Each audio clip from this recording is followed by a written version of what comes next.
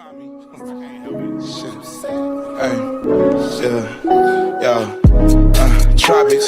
I wanna fly to the tropics. I wanna go to a place so remote. Niggas thought I went ghost, they don't know where to find me. I'm finna hop on a boat and take my black ass to the coast to go get a taco. Crazy as hell, think it's a joke. Then I'm sending shells if it's carne asada. Baby, no problem. Shit, gotta talk my shit, cause nobody do it for me. I'm about to flood my wrist. I'ma hit you in the morning. I'm about to board my trip. Eyes too red, what you said? With the pilot blowing zips, smoking on tropics, I wanna fly to the tropics, fly to the tropics, I wanna fly to the tropics. I wanna go to a place so remote. Niggas thought I went ghost, they don't know where to find me. I wanna go to a place so remote. Niggas thought I went ghost, they don't know where to find me. Damn, I don't pin locations, ayy. Girl, my phone on D&D, miss your notification, ayy. And it's been like that for weeks. I don't plan on changing.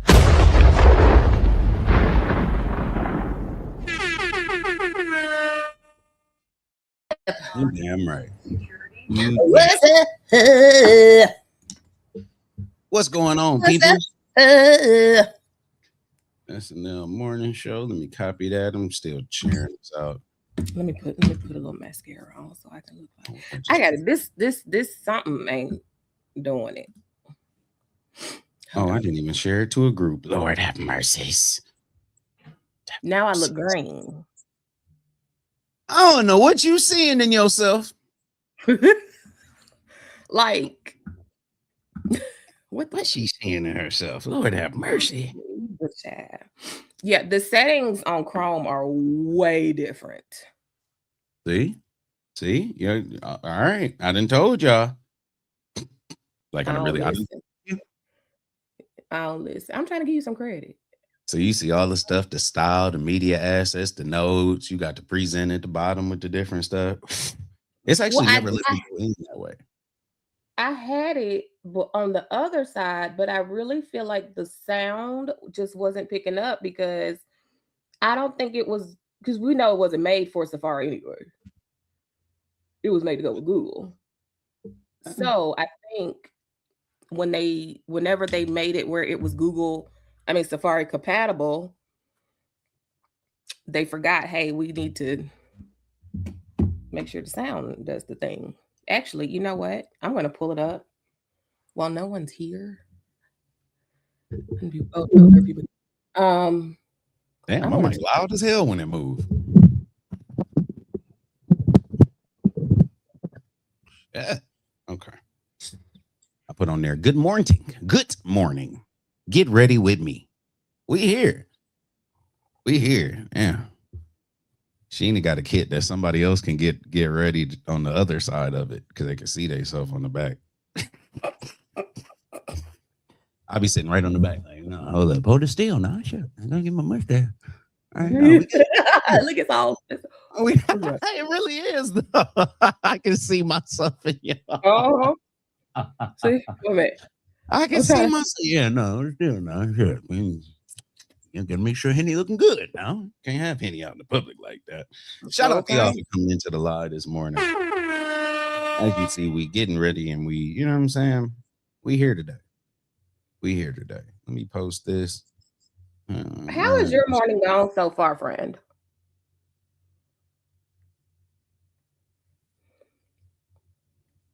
Oh, you for real? Actually, this was a smooth morning. Surprisingly, I don't know. I don't want to talk about it too much because when shit get too quiet, that's when. Don't jinx the shit, okay? Okay. I'll be sitting here on the live like, oh shit, I gotta go to the bathroom. Let me be quiet. It'll be. I got the all of a sudden, I got the. Okay. People come back talking about we saw another profile that looked like you. It was another person looked like Bruno Mars. Never thought I'd look like Bruno Mars. So I guess that was a compliment as well. I don't know. You don't look like Bruno Mars. You look like type of shit. I'm gonna tell you who you look like. That was too quick. Actually, when you make faces, I can see it, but you look like that dude. What's funny is he ain't funny. And that's why I never crazy. brought it up. Because he's not funny. And he is a little bit of, let me make sure his name. Like King Bat. You don't like King Batch? Batch. King Batch. That is crazy that it would be pronounced nowadays King Batch. Right. I thought it was Bob, but It is Bach. we just do weird shit nowadays. But yeah, I see you, but I'm not. He's not consistently funny. You know what I mean? I think he's just skit funny. Yeah, he is one person I would rather see do skits. You know, I mean, a lot of different things here and there. Yeah, I feel like you would be like situational funny, and like almost we can't take him in public. Well, no, you can go in public. Well, it just depends on what you're trying to do. I'm not bad in public. Don't get me wrong. I'm not bad in public. I get uncomfortable easily. So I gotta, you know what I'm saying? I gotta joke around a little bit or get to know people before I really feel like I'm one of the people. Don't come over there. No, I'm good. One of them people. So I promise I'm here. I am. Remember yesterday we talked about. I'm paying. I know, right? Wait a minute. Remember yesterday we talked about, okay, we're going to get our shit together. We're going to tighten up a little bit, whatever, especially for the new year. So I'm working from a Mac, and it just for whatever reason yesterday, I was like, wait a minute. I'm thinking, oh, let me get another monitor, or at least, I say move my monitor, or so I can't remember what I was saying, so that I can change my view. I can look more directly into the camera instead of, because I'm looking into the screen of my monitor. The camera's up there. So my dumb ass was like, oh, wait, I can move the monitor over and put my MacBook where my camera is. That way my eyes are more directly at the camera. That makes sense. What? Look, I'm trying to make it make sense, but I can't. Okay.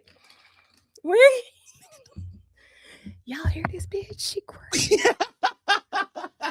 What is she talking about? The monitor and the thing and the camera. You be out here drinking in the morning. What the fuck is going on? Because I see her just fine. I got a new picture I'm trying to upload now. Everything is just fine, but she over here wilding right now. Bless her, I don't know why. So yeah.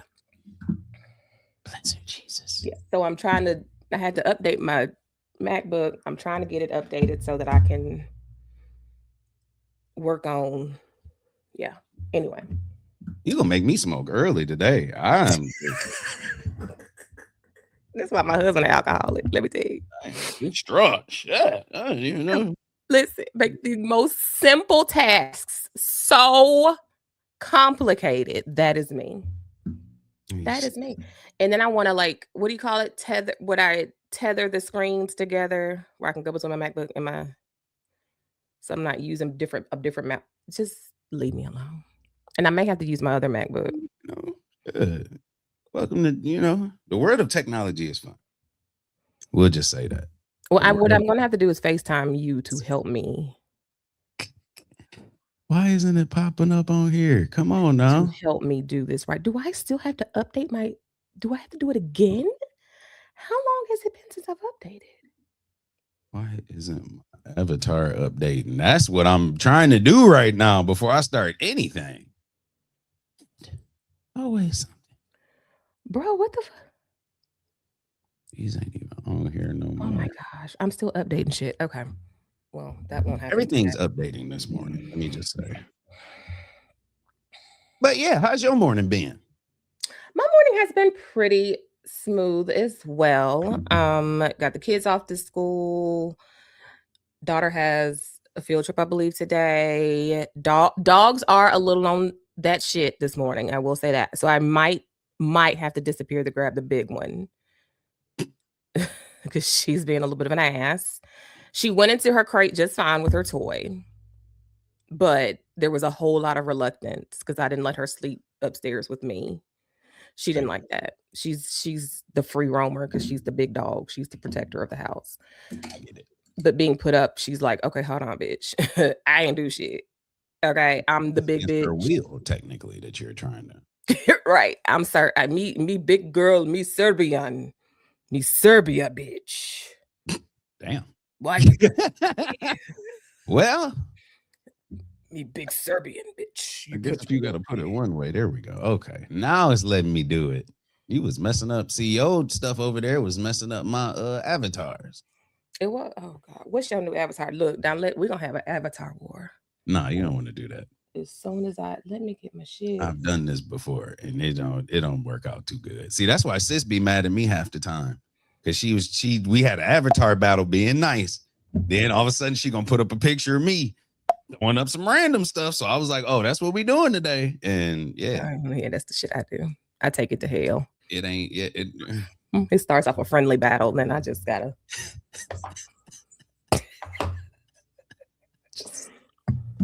I'm just trying to hold up. There we go. Love me for me, damn it. All right, hold up, y'all. Here we go. Perfect. All right, now I'm ready to roll. My bad. I had to make sure that I like, bruh. Bruh. You have to be stop. I am. Oh, Lord have mercy. I'm gonna roll with this one today because I feel.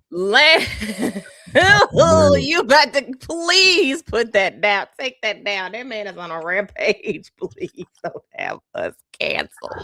Shit. I feel like even get started. I feel on top of the world this morning. Please, he gonna put you down below it. Okay, please. I'm dropping shit because I'm nervous.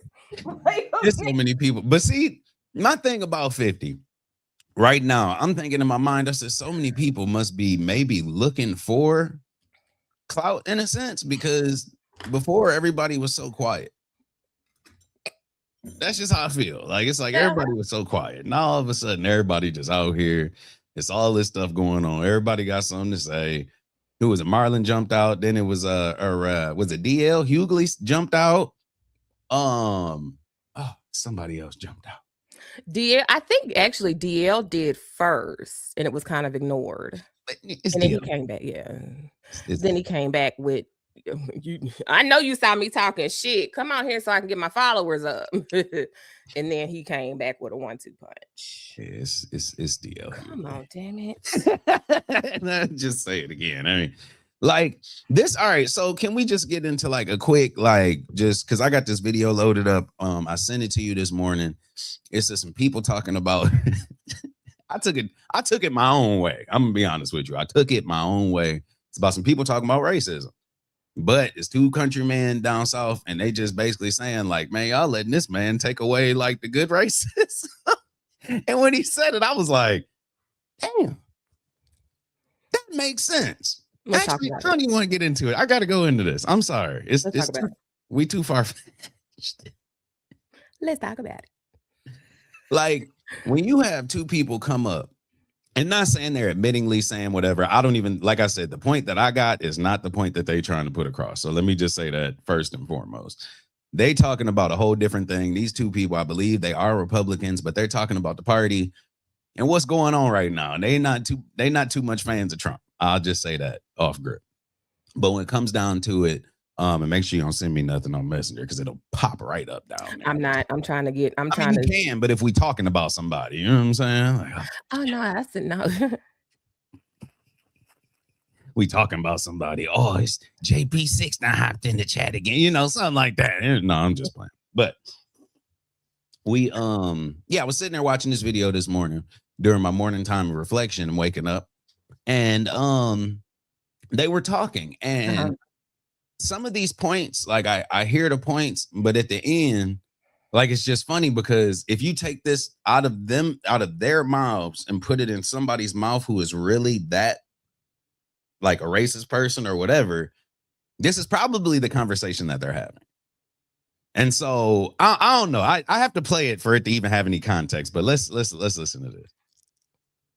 You would have a Republican president. and they'd say welfare queen, Cadillac. They'd go announce their candidacy in Mississippi. That's all Reagan stuff, right? They'd never say, send them home, get them out of here. They're garbage people. They're trash. The Republican would say, well, we have some concerns about some of the immigrant populations integrating into American society. And then in the bar, the person that they're actually talking to would sort of rephrase what they mean. Get them the out of here. All right, watch That's your what mouth. they say. Send them home. Yeah. Get them out of here. And then we get Trump, who says the part that the racist drunks are supposed to be saying in the bar watching the news. So now I don't know what the racist drunks say. They just put on their hat. That's got to deprive a lot of racists. I think that's typical of Donald Trump. Selfish. It is. It's selfish. He gets to do all the racist stuff. Yep. And then you go stand out there in the line and you buy your T-shirts. And when he says something racist, you go, yay. Yep. But you don't get any credit for it. No, he does. All you can do is go along with his racist stuff. Is that the America you want? America built on racism? You're going to sit up there and let some old Yankee up there from New York City get all the racism? Take it all from you. Yep. Taking it from you, carpetbagging that racism Yep. from you. Son, you ain't who I thought you was. After Trump gets done, you think there's going to be any racism left for you? It ain't going to be no trickle down racism now. No, you'd have. Okay. What are your thoughts on it? Because I didn't know how to take it. I was just about to ask you the same thing. Is this a parody on racism? I don't know. 'Cause Racist? he says like you don't want to he was like, who wants a racist America? Like you don't want a racist America. But then they talking about it and they like, I mean, they taking off. You letting this man take all the good racism from you? Like that to me, like I'm like, damn. Right. And I see your point because it's like I'm trying to like this is so sad because as a Southerner, this is such a real conversation that will be had. Yeah. You don't have to be in the South to know that, but yeah. But then on the other hand, there are Southerners who look like this, talk like this, and they're probably more anti-racist than me. Yeah. Oh, Like, no. hold on, George. Wait a minute. Yeah. He was saying he liked that the black on my jacket has not faded. Mhm. It's okay. Calm down. So I'm with you. I'm a little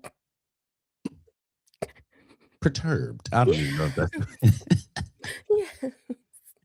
it's just the last part for me. I'm gonna be honest with you. That last part, it's just he said, you gonna let that Yankee from New York come and take all y'all good racism? And the And, immigrants from immigrating from wherever, we're trying to send them back. Like like on one end, I took that almost as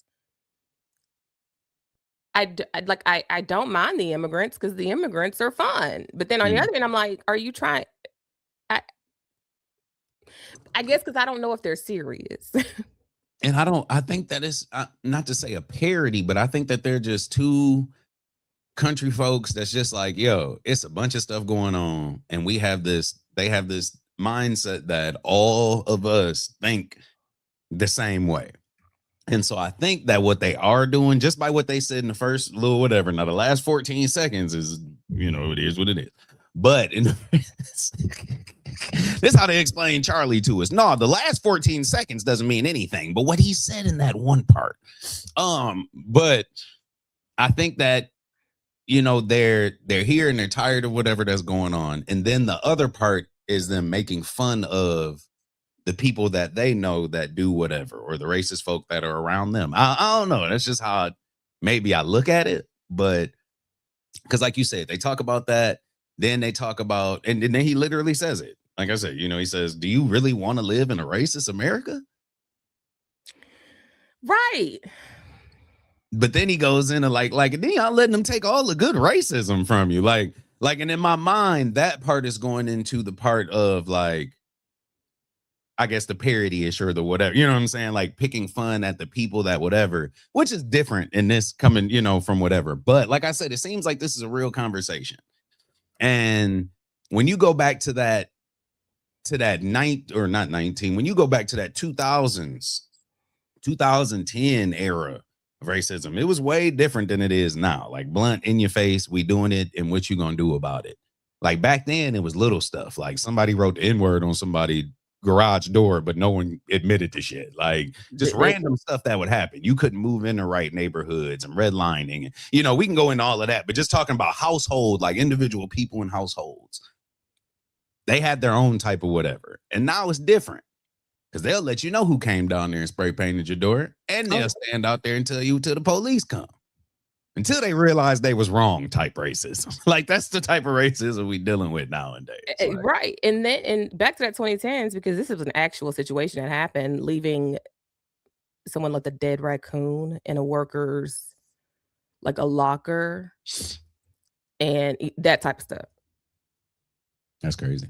And like a teddy bear with the news. Who did the teddy bear with the news? That was something, you know what I mean? Like it was like covert racism. Like, ooh, we're gonna do this little joke. No one's gonna know it was us. We're gonna make Whereas, you like you said, where like you said, now it's like, yeah, I did it. Yeah, N-word with a hard ER. Yeah, I did it. What you gonna do? And you will be fired for complaining. They don't let you start that shit. And that actually happened. Oh God, we have to get into that. I need to send that story to you. The oxymoron of it all. But anywho, I'm still pulling up certain stuff in this. Okay, because I need to share this with you. I need to send this to you. Oh God, it is such a tale of where we are today, and it's so sad. I'm sorry, this is how I look for stuff. No, you're good. You're good. Hold on. Let me get my life. Hold on. Let me take this down and let you send it over. Shout out to all of y'all coming into the live. We here this morning, y'all. We here this morning. If you're here for the morning show, hey, look, I got to take a smoke. It's been a long week for you, boy. I've been doing pictures. I've been editing pictures. I've been hosting basketball games. Got another basketball game to host for Hamity today. So if you're in the area, make sure you tune up. Make sure you show up. Come out to Hamity, support the kids. You know what I'm saying? They got the girls game. They got the boys game, JV varsity, all that other good shit. Try to keep the community good. Don't come in on no bullshit. If you on that, then just don't come. But it's the morning show.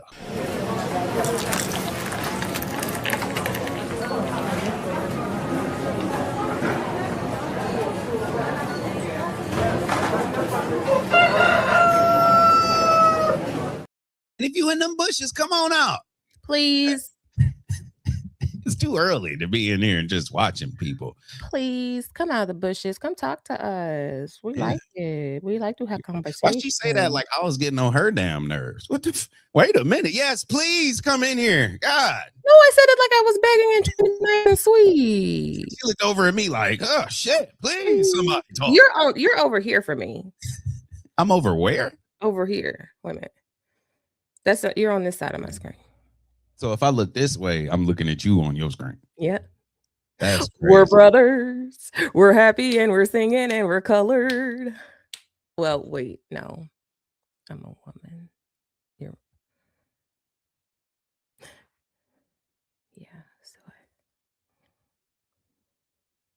now you're over there.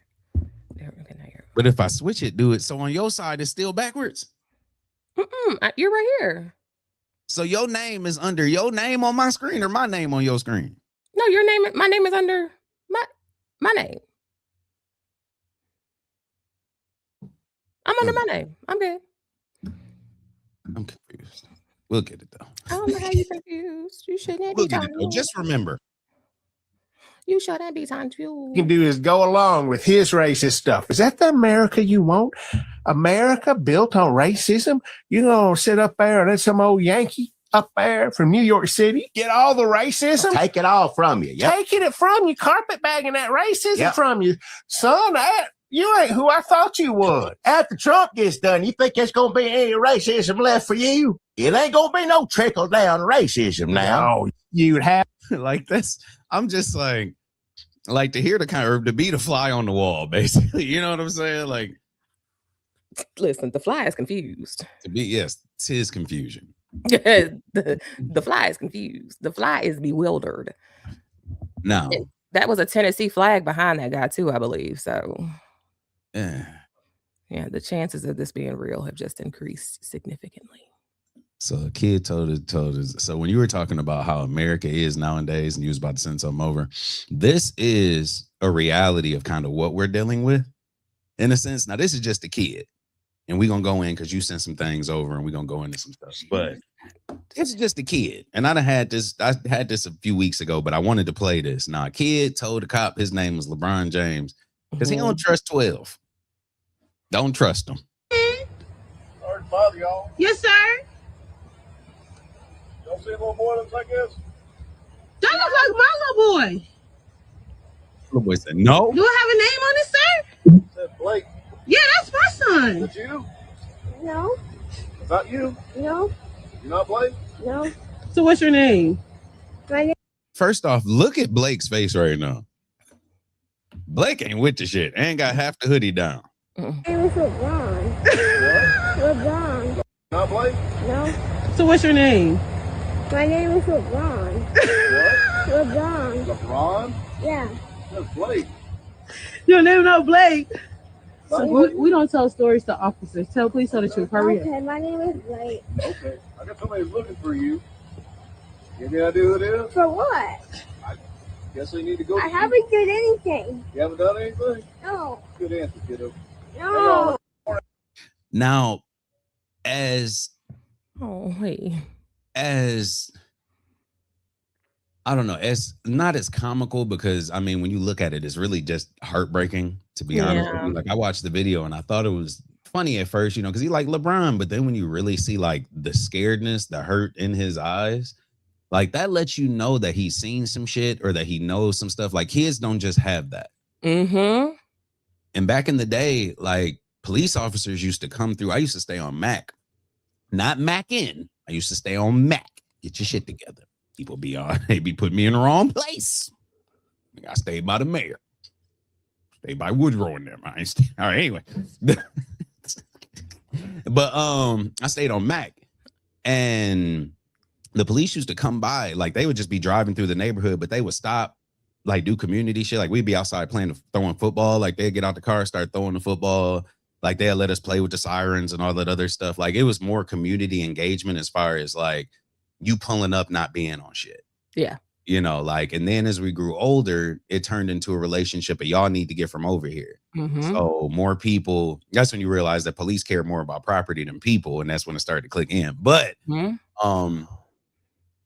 a right, I'll be honest, because a lot of the properties they was protecting probably ain't even here no more. So we can tow some shit up. But still, you know, it became that. And so it became this distrust and a quick turn. Yep. But even for our kids, like my daughter, we stayed out in Burton, which is right down the street. So we stayed out in Burton for a little bit, and there was an officer going down the street, and we were outside doing something, and then they drove by. The kids were doing like a honk thing. Yeah. Why they were doing that? They was just babies, and like he honked, and then he pulled up and was like, "Hey, like my name's whatever. Just know if you ever need anything, like I'm always around, whatever. Like, do you guys want to sit in the car, like hit the ambulance sirens or the ambulance sirens, the sirens and all this other?" So they sat out and did the lights and all that in the middle of this neighborhood. Like other people sitting out there looking like, "Oh shit, what's going on?" But like we were just talking to this gentleman, like, and I was like, "Damn, this is a weird ass experience, but I'm here for it because the kids are having fun." Yeah. And so when we came over here, I've had one instance where somebody was going down the street and he stopped and waved to the kids and all this and talked to them, you know. But other than that, out of any other instance, that's like one out of 30. I know. Every other time it's been something random. They've been running down the street. They've been flying down the street, driving too fast. They've been rude as hell. They've been yelling at the neighbor. Like it's all types of just random shit now. And it's like, damn. Yeah. That community policing that we grew up, strangely enough, it was more prevalent. Like you said, I do remember it, like police officers were your heroes. Like you knew that there were bad cops out there. I mean, it wasn't a secret, but it was also like, you know, like you said, it was fun to see the lights and they would stop the car and, you know, high five and let's chit chat and let's, you know, whatever. And then you knew who officer so-and-so was. You know, and that's where we get that community policing aspect from, but it has been lost. And it's something that we need to get back to because community policing also, and being friendly with the people of the community and police officers, knowing your name and, you know, how your mama doing? Oh, okay. You know, well, such and such and such and such saw it the other day, and I just wanted to make sure I checked on it. And just them stopping by intentionally, okay, well, I'm gonna see y'all on Thursday. I'm gonna come by on Thursday and I'm gonna have this, that, and the other. They would even give candy. Like some of them even had shit for you, But that community aspect of it, I mean, and growing up in Memphis, what's funny is also the opposite. And I probably shouldn't tell the story, but anyway, the gang members or whatnot who are in the communities and in the schools. Yeah.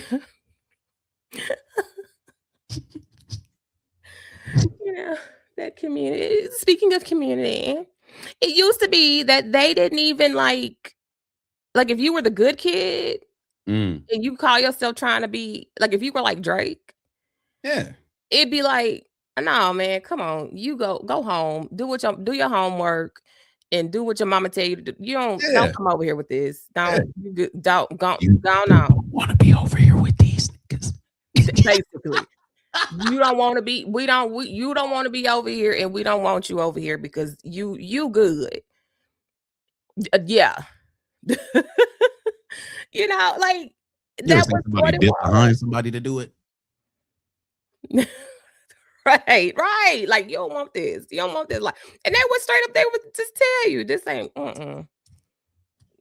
No, Drake. Go on. This is not your life. This is not your lifestyle. You are not. No. And they, so it is the way things have flipped into just everybody's just evil. The individualism has taken over. We don't have that community thing anymore like that. But like you said, that was actually kind of heartbreaking at the end because when he kept saying LeBron, he was so serious. Yeah. And then as you watch his facial expression, you're right. It's like it starts to sink in. Like, why does he keep okay, so how you know my name is Blake? Okay, well, fine, my name is Blake.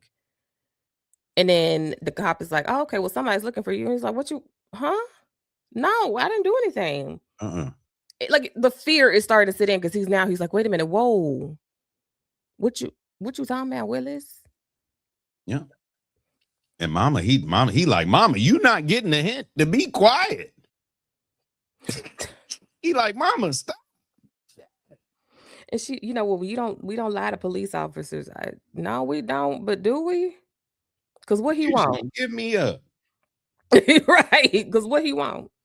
So now this is another part of psychological. Now this is just my uneducated degree kicking in.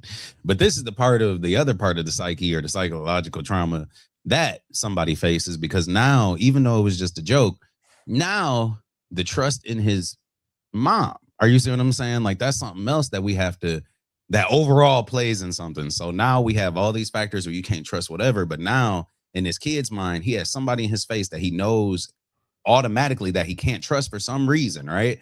There's some reason that he knows I should not tell him my real name. Yeah. But then your mama like, nah, you go ahead and do whatever. So in his mind, it's like, well, next time, even though this is whatever and it played out this way, like I don't feel like you on my side right now. Yeah. And that's just me. That could play a part. So now you get in trouble, or you did not even getting in trouble. You could be the best. He got on the red jacket. He private school. You know what I'm saying? But he did something. He done got in trouble for just something. And whatever it is, he don't trust that they can call his mama first. Yeah.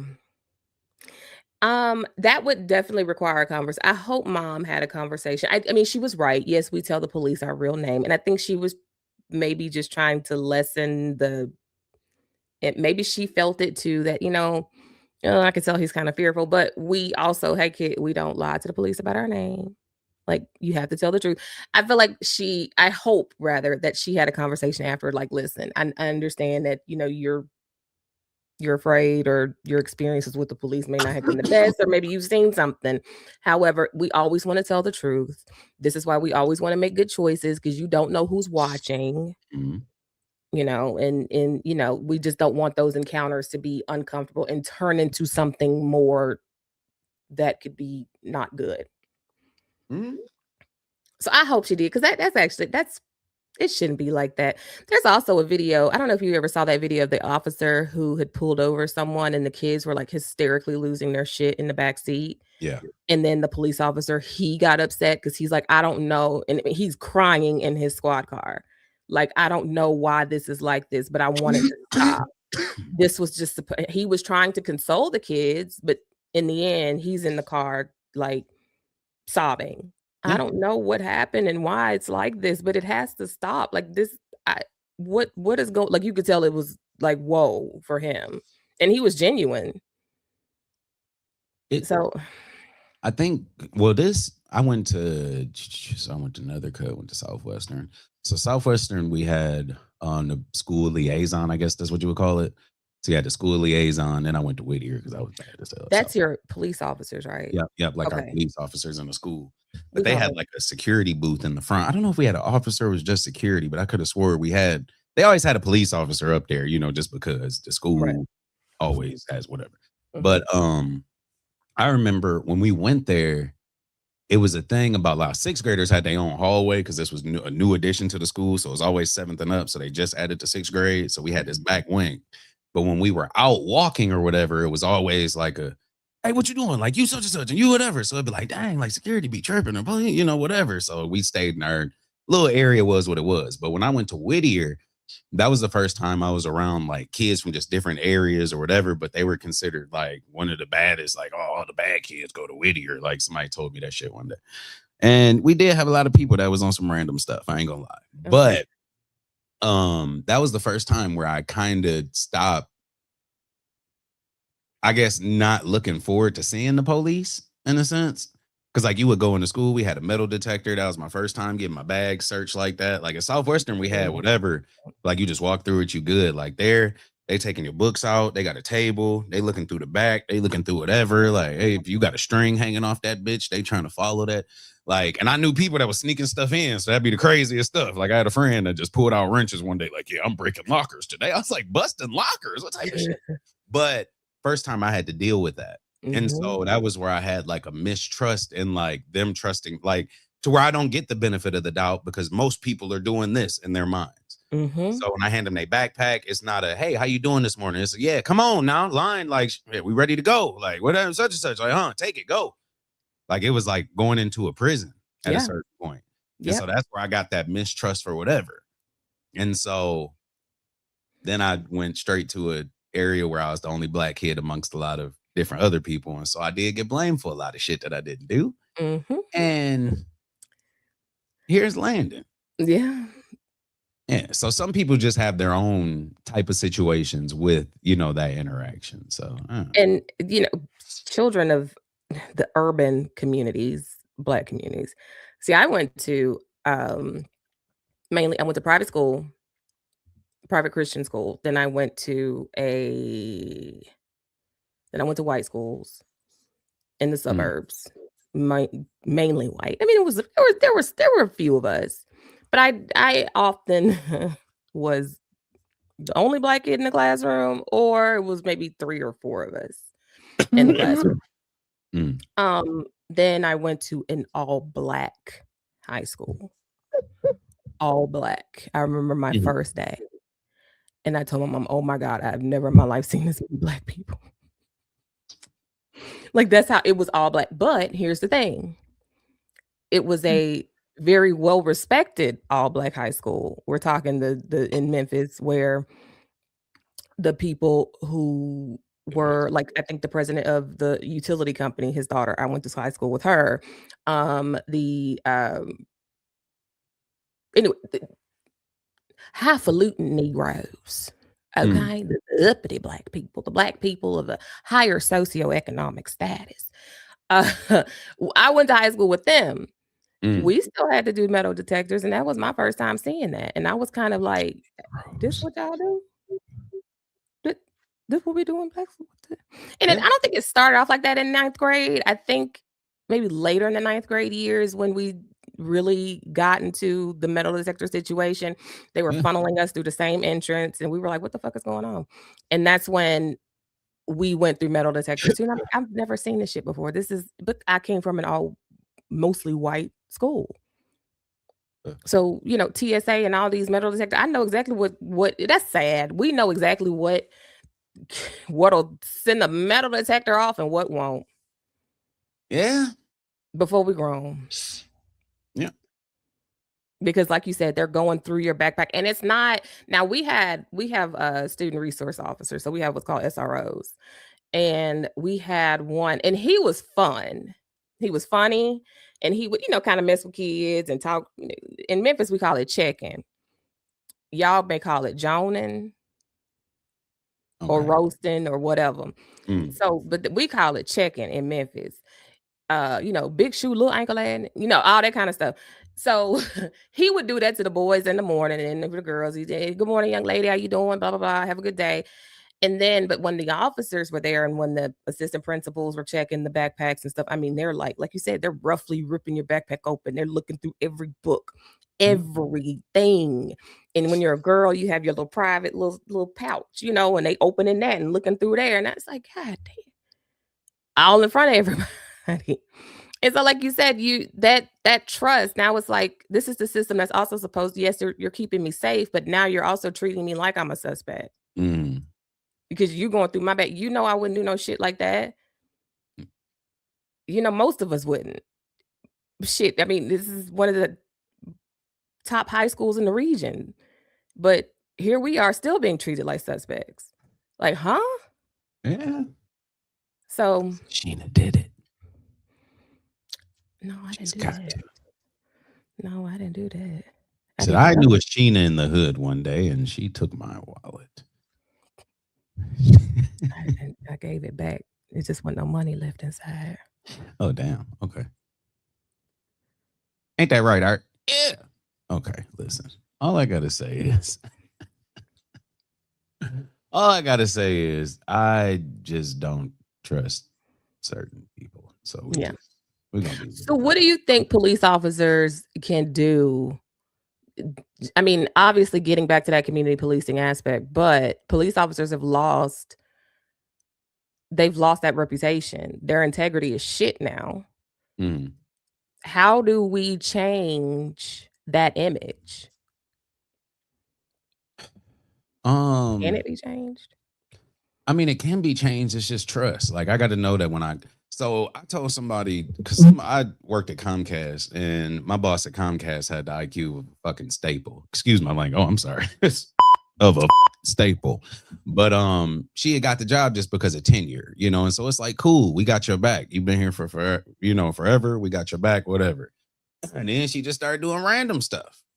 She just started doing random stuff. But long story short, I told somebody, I was like, look, if somebody leads me, or if I got to trust somebody, like, I got to trust that when you say there's a fire, it, like, I'm following you that way. Like, yo, it's fire in the building. Let's go to the exit over here. Like, I got to trust that what you say is bond, and that lets me follow you. But if you come and say, yo, it's a fire in the building, and then you say you going that way, and everybody start running the opposite way, that means that there is no longer any trust, So I think that little bit of trust just has to be built.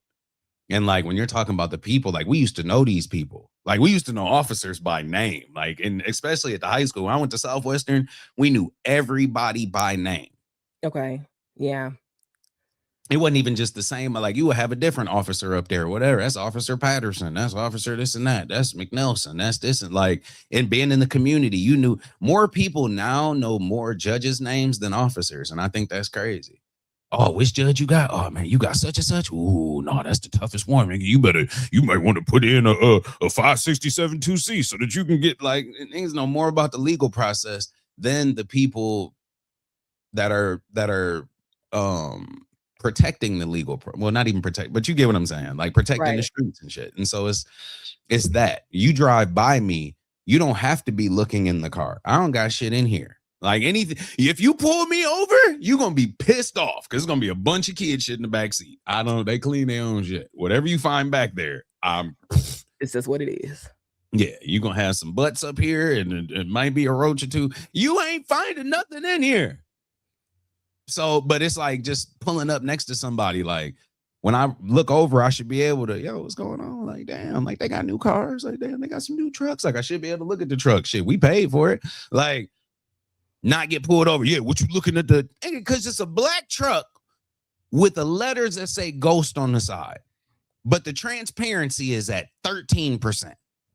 So you really can't see the shit that say Ghost. It's barely visible, nigga. I thought you was just a black SUV riding behind me, and I was actually pissed off. Right. When I looked over, I said, damn, oh shit. They got a new truck. It's a real story, too. They got a new truck. Looking at this, I was like, damn, maybe it's paint. Maybe they did get a new truck. Uh-huh. So I waited because I wanted him to drive off so I could see the back part. You know, the truck, it'd tell you on the back. But I was like, damn. He drove off, and then I looked, and then it ain't say shit. So I drove, and I like went past him or whatever and got pulled over. Why are you such and such? Because it's a new truck.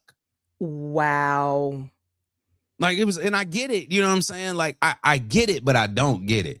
You know, it's like everybody now is. I remember somebody told me that they got pulled over, and the cop was laughing and was like, "Yeah, we had bet on whether you had insurance or not."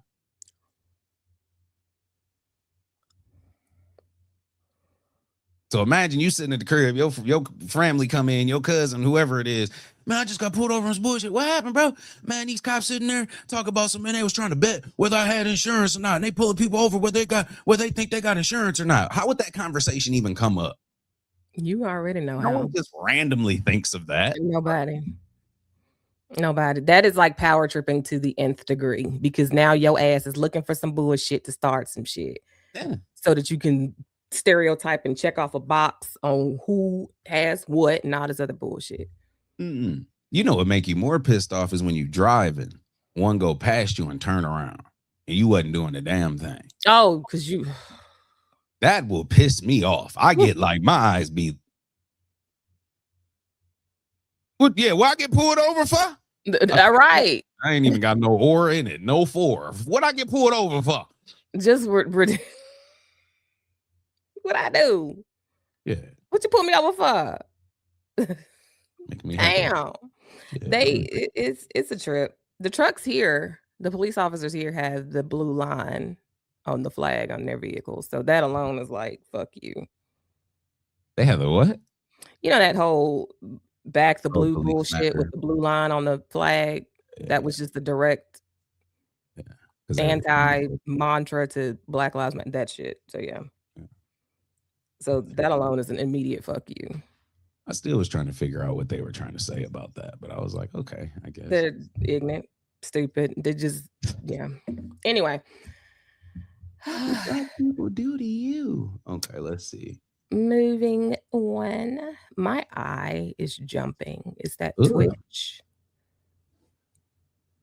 What happened to your eye? You know, the Twitch. You know, yeah, your eye don't ever just be twitching for no reason.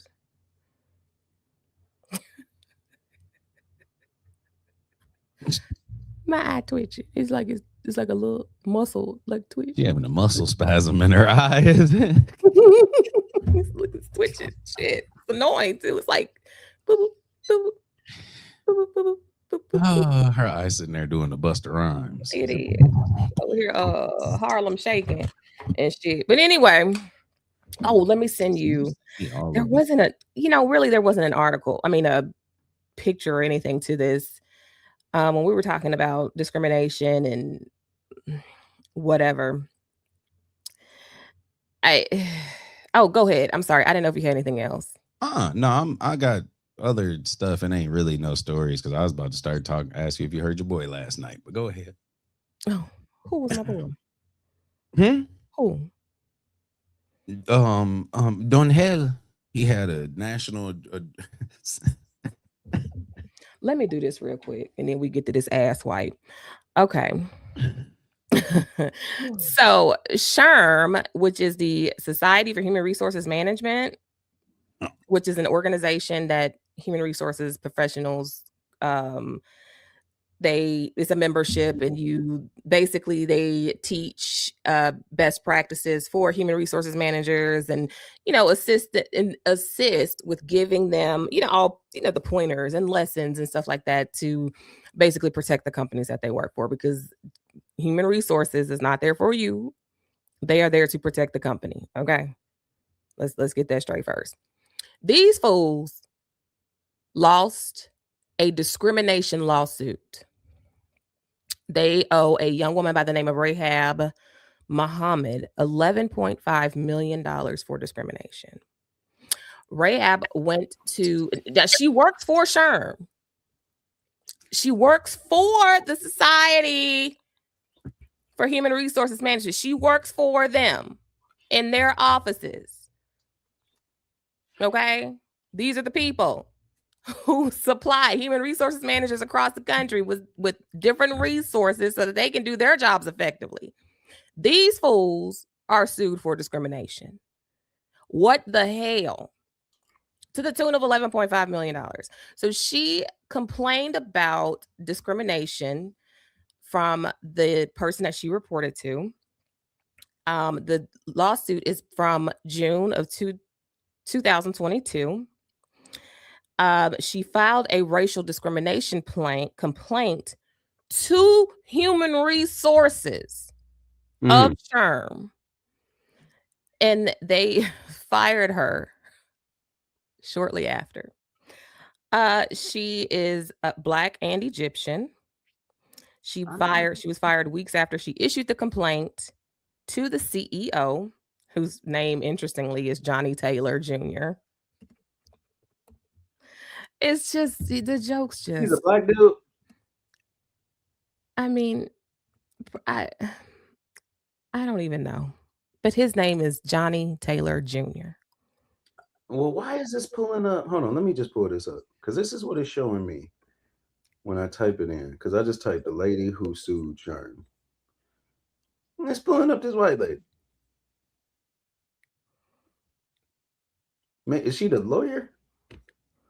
I don't know who this is. Maybe that's the lawyer that's talking about her. I don't know. They don't got no picture. It's a black lady. Is that her, right? No, that ain't her. Her name is Rahab Muhammad. Oh. Well, this is just That's crazy. So SHRM is claiming that she was fired for performance issues. However, she was promoted just a few months before she was terminated. So clearly there were not performance issues. Just crazy. So the jury awarded her $1.5 million in compensatory damages and $10 million in punitive damages. Oh boy. This is crazy. Yeah. The people who teach others to hold others accountable for their discriminatory bullshit, making sure that they're compliant with any regulations, all the things, they were sued for the very thing they're supposed to prevent. We are in the upside down. We are among. Have you seen Stranger Things? Oh. Okay. Have you seen Stranger Things? Hold on, I'm over here trying to grab some. Hold on. Talk to the people for 2 seconds. We're going to have to find a show or something because this is ridiculous that he has watched no TV. Now, if I ask him anything about Power or anything else, I bet he's seen that.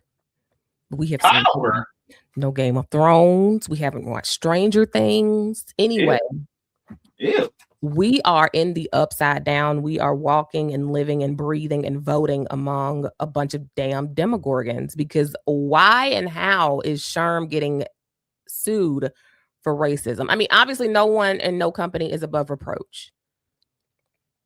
That much I do understand. However, let's be for real.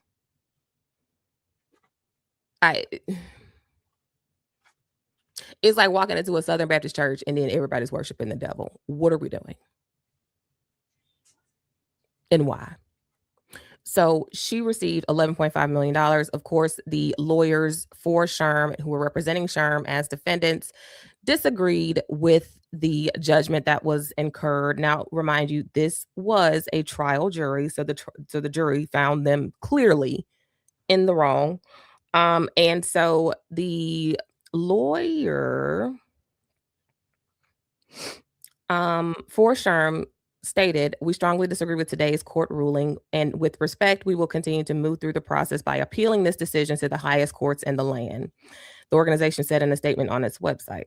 This claim has no merit, none. Today's decision does not reflect the facts, the law, or the truth of how SHRM operates. We have acted with integrity, transparency, and in full alignment with our values and obligations. I have a theory about this whole where we're going to the highest courts of the land, because your ass likely knows that where we are as a country, the highest courts are going to immediately be like, no, and deny this appeal of discrimination against this woman when it was likely very clear and concise. Because to have a lawsuit against SHRM and to win, she clearly presented enough evidence and enough facts to the court, which was presented to the jury, for them to be able to say, nah, y'all tripping. She was promoted before she was fired, but then y'all are saying that she was fired for performance issues. And she was only there in that position that she was promoted to for a few months. Hell no. Some of the buttermilk ain't clean. Some of the what? Something in the buttermilk ain't clean. What? So yeah, but anyway. Hold on. Time out. What did she just say? I said something in the buttermilk. See, you so busy rambling and rumbling around and strumbling. Something in the buttermilk ain't clean. Just wash your hands. Whatever you do, just wash your hands. All right, my bad. I had to grab It's just a bad look for SHRM and Human Resources Management. You already have people who do not trust human resources as it stands. They don't trust the leadership at their companies, specifically people of color. You have Black women across America who are losing jobs at an astronomical rate.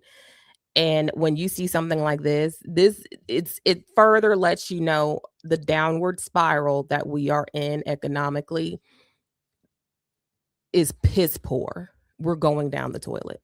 If SHRM can be sued for discrimination and the plaintiff win against them, we have a problem. Well, damn. We have a problem because now the oversight of who's supposed to make sure that everyone is treated equally, and in a time when DEI is being demonized, and in a time when DEI is being destroyed, and they're being told, well, you're going to hire people based on merit. I'm willing to bet her resume is glowing compared to her counterparts. I'm willing to bet that. So clearly they need to restructure their leadership team. They need to look into their own books or something. I don't know. But yeah, that was the little tidbit that I wanted to squeeze in there when we were talking about the Country Boys. Okay. Okay. So they're trying to get my life together. Because I gotta I sent you something, but it pissed me off too. Hold on. Oh shit. Can't find it. Because I was going, well, you said to hold off for a second, but and I ain't want to. No, you're good. You're good now. Because he just been doing. But check out this video. No. I might have sent you the pictures of the chief of staff. No.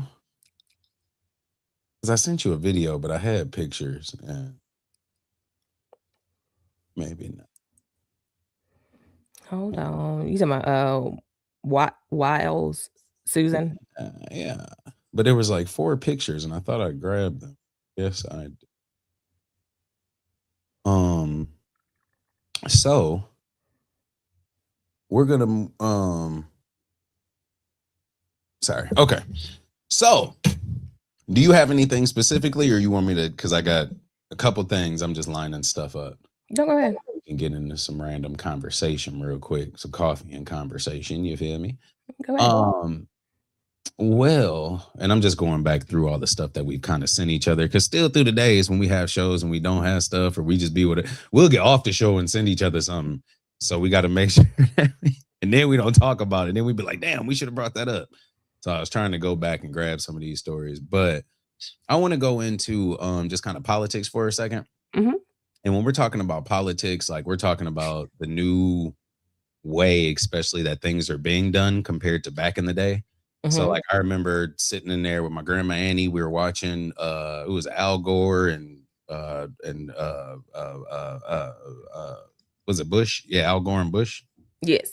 Yeah, we were watching that and me being like, damn, I thought Al was gonna win. Like me being really upset, but it was like, damn, all right, well, so it was, but I was still a kid, you know what I mean? But it was a little bit different thing compared to now, like kids being distraught and kids being brought into some shit that's really not in their mindset yet. Like kids don't fully grasp what's going on. It's not like, if I'm class president, I'm gonna get Kool-Aid in the vending machines. Yeah. Or like Kool-Aid in the water fountains. Every water fountain have red Kool-Aid. Yeah, let's vote for Trevor. Like, it's not that, and so it's like stuff that even affects them, like them little circle pizzas that they like to have for lunch, or them Bosco sticks they like to have for lunch. Like this shit affects that. It's like, well, you don't get that no more. Like you got to start serving y'all hearty vegetables because somebody in the middle of the damn nowhere somewhere decided to vote for y'all don't need the shit because they've been sitting there eating hearty vegetables for lunch for 20 years. And they're doing just fine. So you need a mix of carrots, peas, and corn and 2 pieces of garlic bread, and that's your lunch. Are you see what I'm saying? Like it's like California blend, I think is what it's called.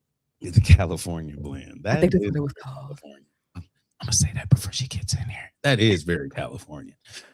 But kids these days are just kind of getting into a lot of shit that kids don't need to be involved in, and other messaging and all this other stuff. But this is a Lincoln mayor. So this is in Sacramento, I believe. Hold on, let me just pull it up. Pull the actual video up on my thing. So yeah, Lincoln mayor Holly Andreatta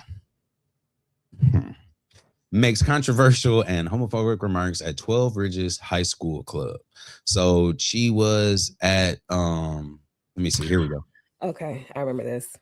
Yep. So she was at a high school, Club American 12 Bridges High School. Her remarks, she tied to her daughter's sexual orientation, a childhood trauma, and a separate church, and that MLK wasn't. So the part that I'm gonna focus on more is the first part, because she talks about MLK and then she starts going into stuff about her daughter. Tanya Burns, good morning. Good morning. Good morning. Hit that like button for us, Miss Tanya, because shit, let me tell you. Yeah, today. Today is all right, let's get this. So yeah, so you said you seen this before? No, I did see when you sent this. Okay. You sent this to me, right? Yeah, I sent it to you. Okay. So just listen to this, y'all. King was a Marxist, and that he was a socialism, and a lot of the civil rights things that he advocated for were not really helpful. Now there's a lot of research to that, but we can argue about that. That's kind of what and also advisory. My oldest daughter had a lot of trauma as a child. Something really terrible happened to her when she was very young that I would hope never would happen to any other child. And as a result of it, she's a lesbian, she's gay, and she's married to a woman. And sometimes that's a little bit of internal struggle for me, because I believe that marriage is between a man and a woman, and I believe that scripture is very clear on homosexuality. But on the other side of that, I love her dearly. We are in relationship. And that's what Charlie Kirk's message was. Is like, we may not agree.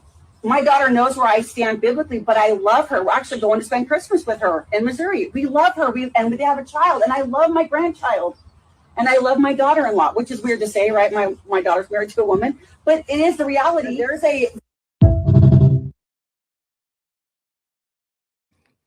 She got to be the stupidest person I done seen in a long damn time. Well, there's a lot of them, because that's that Chucky Fenster type of mentality. Yeah, that's and my biggest thing is, like, talk about what you want to. It's a free country. Like, I get it. It is a free country. You can talk about whatever the hell you want in most cases. But like, don't bring the shit in front of these kids. Like, let the kids grow up to be what they're going to grow up to be. You don't have to put nothing in front of, unless it's like positivity and, affirmations and, getting to the top and learning as much and being or whatever and not being under nobody. Like, if it's that type of conversation, cool. But when you bringing in like the politics, you bringing in like different shit, it just, like, the only thing I think a kid should have a good foundation is, outside of school, is religion. And that's because a lot of us still, whether you're out of church or not, like you still remember them 10 commandments. Like you ain't just out here killing nobody. You just ain't out here stealing. You ain't out here talking to your neighbor's wife. And you know what I'm saying? Like, so these things that people, oh, you're the church and whatever, but you still don't do that stuff though. So did it teach you something or not? Like, what are we talking about? Like it's still instilled in you, and you ain't been to the church house in 20 years, but you still representing. See, there are things that I don't think are political. I just think it's humanity. And race, religion, I don't consider political. So when she goes and speaks these false narratives that for whatever reason, this new branch of the far right has developed, when you go and you say this shit recklessly to kids who know the history of Martin Luther King Jr., then you try to position his work next to whatever this bullshit is about, well, your daughter was whatever and now she's elected. What the fuck? Yeah. So I have a hard time with people who make arguments about, well, you know, don't bring politics into it, but it's in reference to race and how people are treated inhumanely. The politics may apply to the policies, but the policies don't apply and were not created for Black people, people of color, the indigenous, etc. So I really struggle when people like her, I bet she's one of those moms for liberty bitches too. I really struggle with people like her who decide that this is the hill I'm choosing today. And I'm going to go, and this was this in Phoenix? I thought it said something. Well, it's posted by Sacramento, but no. Okay, so yeah, High School. I don't know where that is. Okay, I just have an issue when you have people, specifically those who are on the super right, the dumb conservatives, not the decent ones, the non-MAGA conservatives. When you go and you say humanity is political, and then you go and you spew lies against someone. Well, MLK was this Marxist individual who was this, that, and the other for socialism. Why are we rebranding certain issues and certain elements of our society to make it look bad for a very specific group when the biggest recipients of any form of socialist government are the corporations, farmers, and what they like to consider the welfare queens, which is the majority people who receive SNAP benefits. Ooh, while you're on that, I'm pulling it up. Keep talking. I'm sorry. Okay, yeah, you're good. So rebranding this whole socialist thing to me only says you really don't know what government is supposed to look like, how it's supposed to operate, and you're just operating off of conspiracy theories because your dumbassness, the ignorance that you already have within, won't let you see what a well-functioning and the well-oiled machine that is government, how it's supposed to work. It's very easy to believe the conspiracy theories and what someone else says when you really don't know and you don't have the actual factual knowledge to back it. It's easy to listen to someone else who's spewing bullshit and then you turn around and go regurgitate it. So this whole, we're rebranding ML King, because that's what that fucker did that was shot in Utah, was unalived in Utah. They started those conversations. I spoke up strongly against that, so much so that I was fired from my job. I don't give a shit, but I'm just saying. I spoke up very loudly because I knew that lie and the lies that boy kept spewing grew legs and it's gone further than it should have. So this whole will MLK this, MLK that, blah blah blah. No. And something happened to my daughter, and now because of that, she's a lesbian. Well, let's go there. What happened to your daughter, and where were you as a mother to protect her from something that could injure her? 1, 2, that's not an indictment on terrible character and something that happened to her as a young girl. Yeah. She's a lesbian because that's what she's a lesbian. Yeah. That's nothing to do with in most cases. I'm no. And what were you doing? Sorry. I mean, I don't have the stats on it or anything like that. I'm sure there maybe there are people out there who had terrible experiences with the opposite sex and then said, you know what? Right. I don't know. But my thing is her love for her. And so you say all this, you tear somebody down, but then you build them up. And that's the shit that pisses me off. Like, yeah. Because you basically just got on TV, told everybody that your daughter is a sinning ass person and all this other stuff. But I love her. I love her in spite of this. I love her wife, and it is what it is, and we're a happy family. We're even gonna have Christmas dinner together. We decided to do that this year. Like, sounds weird, huh? To say I love my daughter-in-law. Yeah, it sounds like you're lonely. It sounds like they really didn't need you and moved on, like most people do when their family isn't accepting.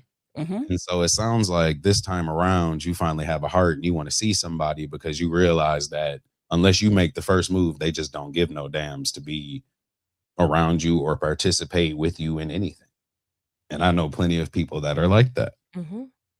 And you know what? You're right, because it's likely that the daughter probably tried to make amends and make her mom see her for who she is as a person and as a woman who can make her own decisions. And the mom probably had been nope. You out here sinning and grinning and doing all this. Nope. And now she's backed up into a wall where it's like you said, now I want to be a part of my grandchild's life. That's a conversation that I can't have with my friends. My friends talk about their grandchildren all the time. Or maybe she's even lost friends because of her bigotry.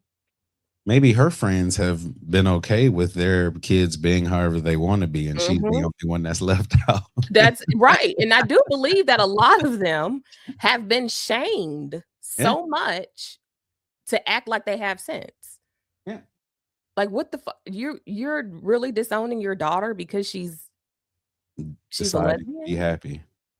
That's what I call it. It is what it is. You decided to be happy. And sometimes, like, it's the same thing in relationships. Like, somebody might do something and they might not be happy. Like, that's just relationships and how shit goes. But for the meantime, you decide to do what you got to do. I can give you the best advice on what I know, but on some shit I don't know, I just want you to be happy. I don't ski. You feel me? Like, so I'm not going to have no opinions about skiing, no ups, downs, and what hills you should take. None of that shit. I just be happy if that's what you want. If you like hills, be happy on your hill. Do that. Yeah. You may like to skydive. I'm not trying to skydive.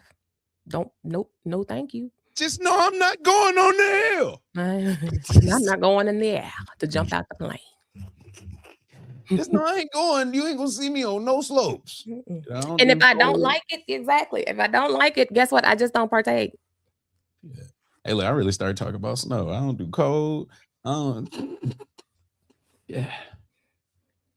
Okay, Sheena. Let me see how much snow the mountains got. That's the beauty of being in the Carolinas. Go through this because now this is okay. I pulled that. Oh, Jesus, Lord have mercy. Well, I guess it ain't gonna be by accident, but because we're gonna get into your boy today. We're gonna get into your uncle today. Like, I ain't gonna call him your uncle. We're gonna get into Uncle Trunk. Because right now there's a lot of different stuff going on, but I did want to point out a while ago. I don't even know if we talked about it. I think we might have hit it one day, like rather quickly. But there's a lot of different stuff going on, and so when you're looking at just like blatant, like disregard or blatant racism or blatant just stuff that's in your face right there, this is one of those big things. And I believe actually in recent updates, the Black Farmers, is it Association? I don't want to say the wrong name. The Black Farmers Association has opted out of the bailout. So before we thought, so during the shutdown, they were talking about giving, the farmers money. things slowing down, soybean crops going over to China, China looking at outsourcing, and other places sourcing their soybeans and different crops from other places now and getting them for good prices. So even if you happen to adjust the prices and put them back to where they were, it still don't matter because they got the deal now, you know. And so it's, you would have to come under the price that you were selling it at before now to get, you see what I'm saying? But there was a conversation about the black farmers.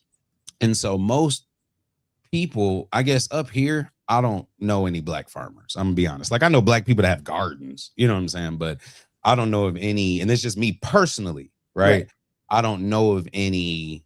If I go like 50 miles that way, I don't know of no land that we just farming on, got hills of corns and different type of shit. Now down south is a little more common. You see people with land, this and that, but most of these people want to be in an association where now we together, you know, now we whatever. And I'm a black farmer in the middle of nowhere. They're not really trying to let me in the way that I want to be in. So I got to go find a group of like-minded people, like-minded farmers, and they need soybean. I got soybean. Shit, I can push it y'all way. Now we're networking and we have something going. So what's going on, JP6? JP6B Marie. Good morning, JP and B. So yeah, you got these networks of people that decided this is what they want to do, but they labeled the Black Farmers Association DEI. And so Trump's thing was, if you're going against his ruling, and if you're a DEI, if you have this type of whatever, and you got all these different things, you no longer get funding from the government. Right. And so the funding that they were getting through the government, them little checks that was coming in just for the, what are they, subsidies and all that other stuff that you would get as a farmer, are no more no good. And because they're considering these people DEI, and then these people, they considering our people DEI, and then fucking now it comes down to it, and they like, look, you got this $12 billion whatever, but this doesn't do shit for nobody. Like, this isn't going to save my land. This isn't going to save my crop. This isn't going to make me break even. This literally is making me lose money, and I'm still told that I have to do the work. Right. What about the back crop that I couldn't sell? I'm sorry. Go ahead. No, you're good. And like, I started going in like I really had some shit. What about the back crop I had to sell in the backyard? What about all of that, huh? Well, they would only receive 5% of the total payout. And the problem, one of the exclusions that is being shared by the president of the organization, I think his name is Thomas Burrell, is that the let me find it. Oh, so the program would exclude certain crops and livestock that are very important to Black farmers, like sugarcane, tobacco, peanuts, pork, and other like general livestock. So it's not even applicable to the things that Black farmers mainly sell. So that is where the biggest portion, well, a large portion of the criticism is coming from. It doesn't even apply to what they needed to apply for. There are parameters and exclusions to this that are clearly targeted for Black farmers to not even get shit, really. It said sweet potatoes, collard greens. No, we're not funding those. No oxtail. Anything that grows in the ground and above ground. They was like, but most stuff grows in the ground. You heard what I said. Yep. Take it off. If it has roots, you can't do it. No fruits with roots. It's a new movement. No, nothing that grows with roots. So the Black Farmers Association is based out of Memphis, and the president has urged farmers to not accept the terms of the agreement, and has stated that there are racist undertones to the policies and the regulations for them to receive the resources and the funding. And so what they want to do is, I believe they're going to file an injunction against the Trump administration, and they're urging Congress to make a move so that they can go to Congress and speak to make their voices heard about the negligence of this the continued negligence of this administration. I don't even know if they received their money from the first time. I know that they sued. I'm gonna look that up. I know that they sued because they were due money. This shit is ridiculous. And I know they didn't get it. So yeah, so that is where the Black Farmers Association, where they are. And this is, of course, after we know that we covered it, 3 weeks ago or whatnot, when the other farmers who did vote for Trump were so pissed off that he was not putting America first and the tariffs were impacting their own businesses, so much so that they were having to sell their land, which on the back end, JD Vance was purchasing on his own for his own, whatever he's doing it with it. To resell it to y'all in a few years. That part. And then I guess they bitched and cried so much that Trump said, here, damn. And I think there was a $20 billion bailout that applied for them, but I don't know. I know that there wasn't any, pushback from them. I don't think they criticized it. So clearly they got everything that they wanted and needed out of the deal. But Black farmers, only 5% of them would qualify. And there were so many exclusions that included the main crops and livestock of Black farmers. I just don't understand what his goal, his goal is to just be present. He just wants to be able to say he's in charge of shit. The delusion is crazy. He swears the economy is on the high end. He won't release the numbers. I don't even think he's released the numbers from October from the jobs reports. I think the administration even said that they weren't going to. No. You literally are. Oh, I said that word. Ugh. Literally. I thought you was just getting fancy with it. Literally. Oh God. Anyway, we are now Russia's bitches because of this small hand, tiny hand, taco tit fool. Russia. Shit, that ain't just Russia. No, it's not just Russia. You're right. You're absolutely right. China as well. Elon Musk is out here trying to doing fuck all. I don't even know what his deal is. And now that Europe has basically shitted on us, and they're like, look, all the stuff that y'all are fighting for and fighting over, we already have. They have proven that having universal health care, free college, or whatever is paid for by taxes, they've already proven that they have a well-educated force of people. Culturally speaking, they're pretty diverse. Now, whether or not, there's still not that shit. But, they do their thing. Everything that our super right leaning people, everything that they're for, the European model has shown y'all are wrong in every sense of the word. You can have a country of people who are very well taken care of, and you still are, you remain on top. We are the shithole that this man talked about years ago. He was projecting and didn't even know it. And so now, because Europe has basically shitted on us and our egos and the American ego, and shown that the American experiment in and of itself is a failure in the end, because it's not really working for the people. This has nothing to do with affordability, strong economic structure, or anything. He is literally taking us back in time. So now that Europe has shown, hey, y'all are dumb as hell, now Elon is pissed because Twitter is banned in Russia and China. They can't use this. But you know what else? Like, they're banning a lot of the different, like, they're going back to their own, like, a lot of people aren't using Google anymore. Yeah. So, like, a lot of countries are like, not, I don't know if they're banning it in a sense, but how Google is like our main go-to. Right. They got their own main go-to. They said they ain't with the shit. And I don't blame them. And they have more regulations because they understand that regulations actually protect people and keep shit in line and fair. And so Elon doesn't like that shit. Because, see, he did this whole free speech on Twitter thing, and it just turned into a bunch of white folks calling all Black people N-words and calling, members of the LGBTQIA community F this and all of that, the word that rhymes with maggots. Then the anti-Semitism, the homophobia, the misogyny, the pedophilia.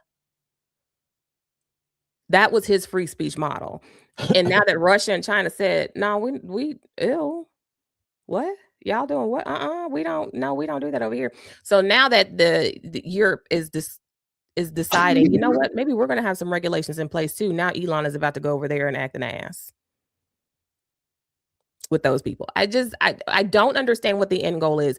We did not dominate anything in the world by being assholes, bombing people. He's down there now holding the oil tankers hostage for the oil. What are we doing in Venezuela, rather? Stop. Stop. White supremacy is going to take us down.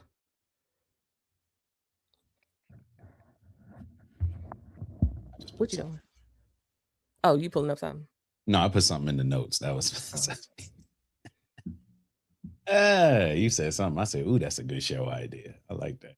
But no, it's yeah. Tasha Lynn in the live. What's going on, Miss Tasha? Welcome in. So, but that's my rant for today. Oh, and then I'll get into I got another one for you. The whole hypocrisy of immigration. We have immigrants behind the scenes between Murdoch, Peter Thiel, and this fucker, Elon Musk. How did we allow them? Elon he's gotten rid of thousands of jobs. This is an unelected mother effer who was placed into a position where he could determine who's employed and who's not. Yeah. Because what? We don't even know if this man is a legal citizen. It's been said that he's not. He isn't. Allegedly. But yeah, go ahead. I don't trust nobody with this hairstyle. I'm just done. I've never as far as when it comes to like friends and money, like I said, I was one of the black people. It was about 6 of them, 7 of them. But when we had the friend, we would call him the sweaty friend because we knew that he was just on some random stuff. So I just never trusted nobody with that sweaty look, like that hairstyle. Like you just gonna come out with it not gone. And you know what? There's a saying that you're not ugly, you're just poor. How did he manage to still fuck that up? Yeah. No, you're ugly and you're a trillionaire. Yeah. And they ain't even trying to let me borrow $3. I didn't sent the message. Ain't nobody trying to let me borrow $3. You see what I'm saying? Shit don't make no sense. It doesn't. Let me go on my rant. You got all this damn money and Henny can't borrow $3. Okay, I'm sorry. No, I'm greedy. I don't want 3. I want everything fucking. He has enough money to take care of us 3 times over. I would. This man wasn't interested in shit going on in the United States until he figured out that he could weasel his way in, because that orange fucker, the yam tinted turd himself, is so easily swayed and manipulated by anybody who he thinks has more power than him. He has, again, we have Murdoch, Peter Thiel, and this fool, Elon Musk, who have been able to manipulate him into selling us out to foreign nations. And we have no idea who has our information and who has what right now. Here, let's hold on. I'm gonna pull up one before I do this real quick because I got this on the flyer. This shit here. Hey, look, where's my flyer at? This shit. Do you see the lips on the boat over there? That is lips on the tube. Oh shit. Okay.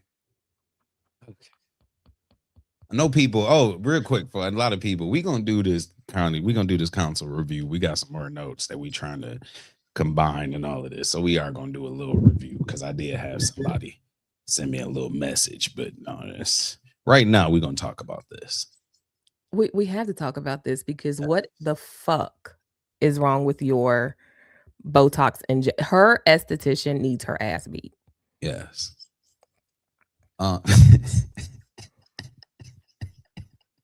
Did I send you that video? I don't know if I did. I gotta see if not, I'm gonna find it. Because I just go ahead.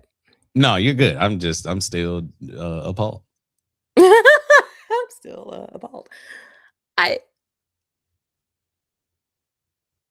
Yeah. And then what's crazy is show a regular picture of her.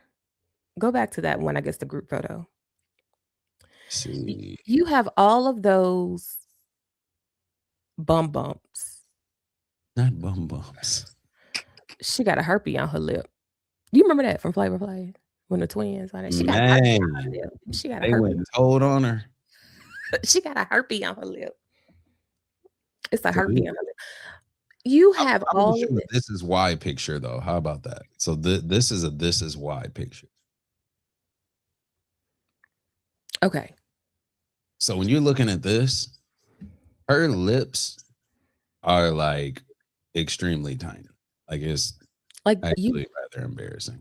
you get injections and they still look like Yeah. fucking emoji smile lines. Like when the emoji is, it's just that one line. Yeah. You Like get this is the injections. Grinch cup. Yes.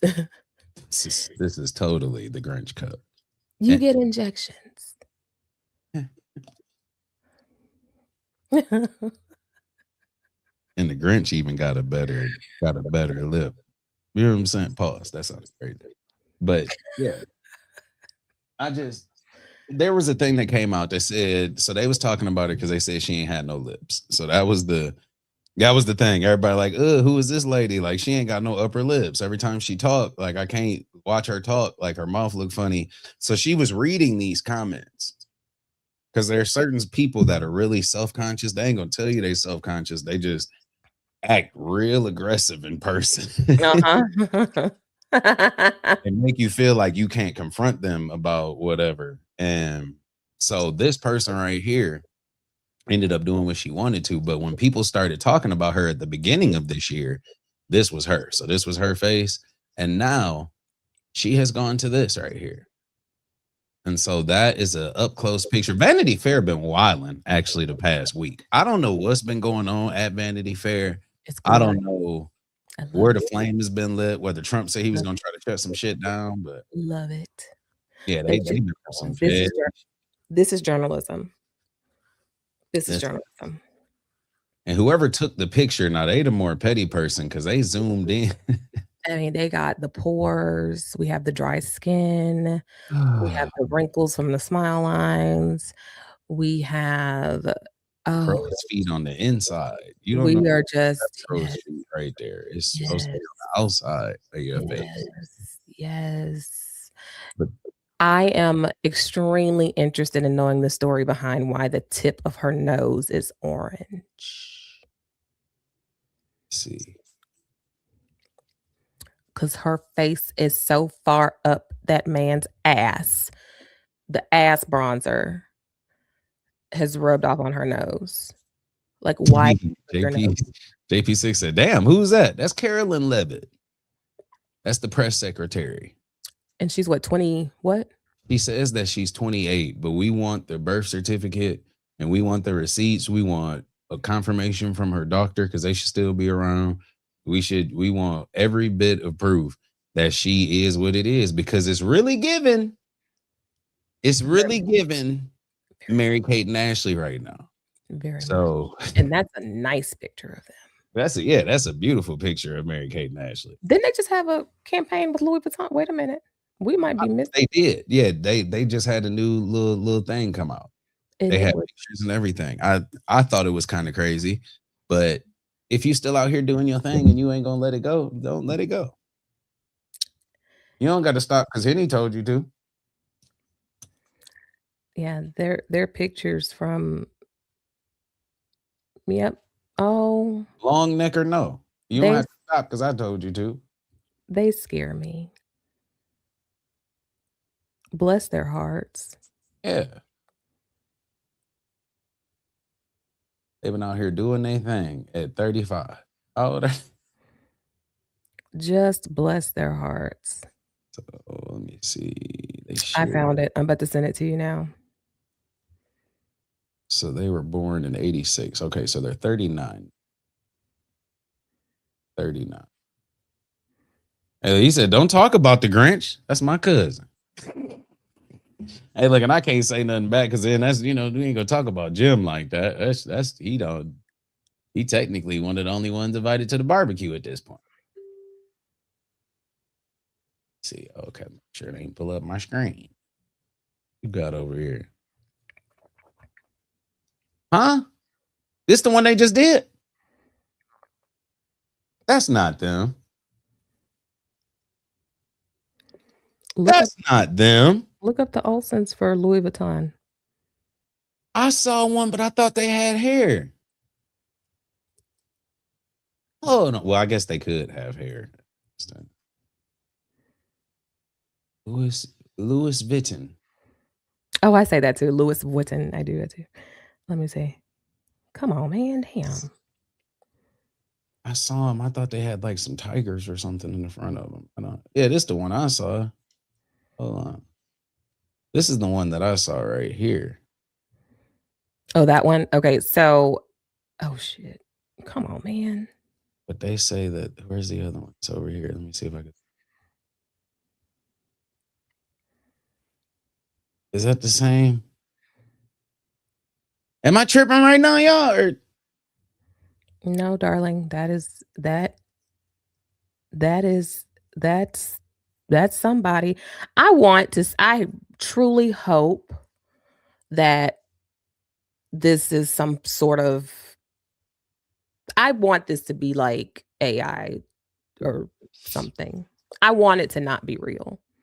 But the fact that the pictures keep coming up all scary. Yeah, it's real. And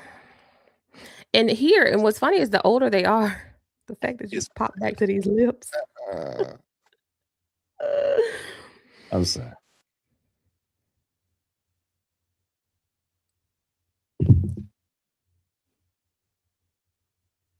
I want this to be fake. What's wrong with the eyes? Is that this has to be fake? It's just they really modeling. I want this to be fake. I want it to be fake. It better be. Please be fake. I'm sure it is. I'm gonna call it fake. I'm gonna say it. Well, let me pull this up while we sitting here talking that's about Mary Kate and Ashley. Let me. It's fake. It's fake. I gotta find a clean photo. Okay, one of them looks like she showered. Hold on, what? That's crazy to say. Well, they always don't. Does she not look like? No, they don't look clean. They just don't look like they bathe. So let's see. Scroll back up. The actual recent photo of them. I'm sorry, I just like demanded. Scroll back up. Get back up on it now. The other pictures are more. Yeah, that's a nice picture. Yeah, that's yes. That's a nice picture. That one. So, and you know what's interesting? You can actually tell that they are not identical twins as they've gotten older. They're actually fraternal twins. Yeah. They're not identical. Now I can see it.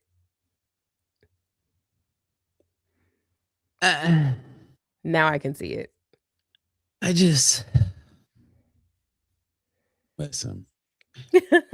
Some people just, and this ain't even for all whatever, because I ain't generalizing no race, no whatever. Some people just grow older faster than some people. And I think that it's a certain amount of stress that you put on somebody. So, like, if you're already somebody that your family looks older at a certain age, you should take precautions so that you don't look older when you get to that age. Like, it's certain shit you shouldn't let stuff stress you out, right?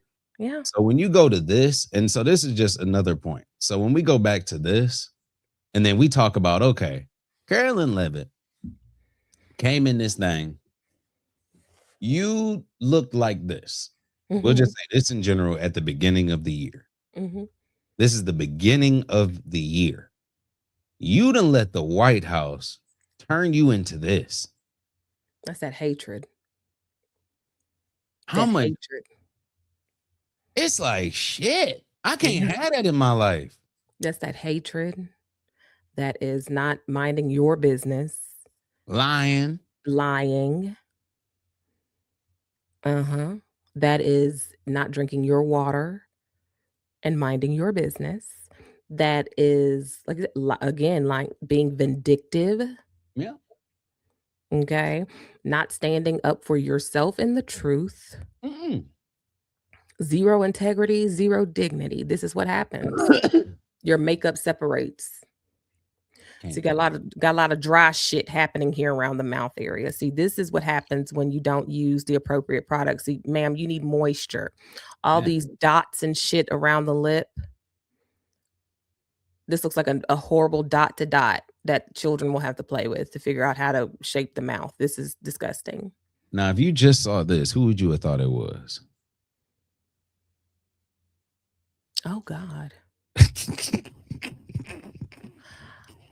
I would hope it's someone. Oh God, I don't know.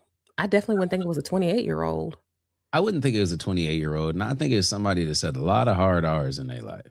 But definitely a lot of hard R's. This is Aunt Tammy. Olsen twins. Aunt Tammy. I think that was a fake. We're hoping that the Louis Vuitton ones. I think they're fake. I don't know. AI is so good now because I can see where they would make them have these fishbowl eyes. They've always looked emaciated, or they have for quite some time. So why is there like this? Like the filler is too much in this one spot.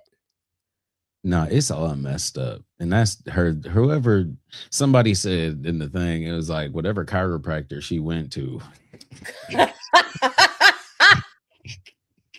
messed her lips up. I was like, damn, that makes sense because whoever that is definitely needs to go today.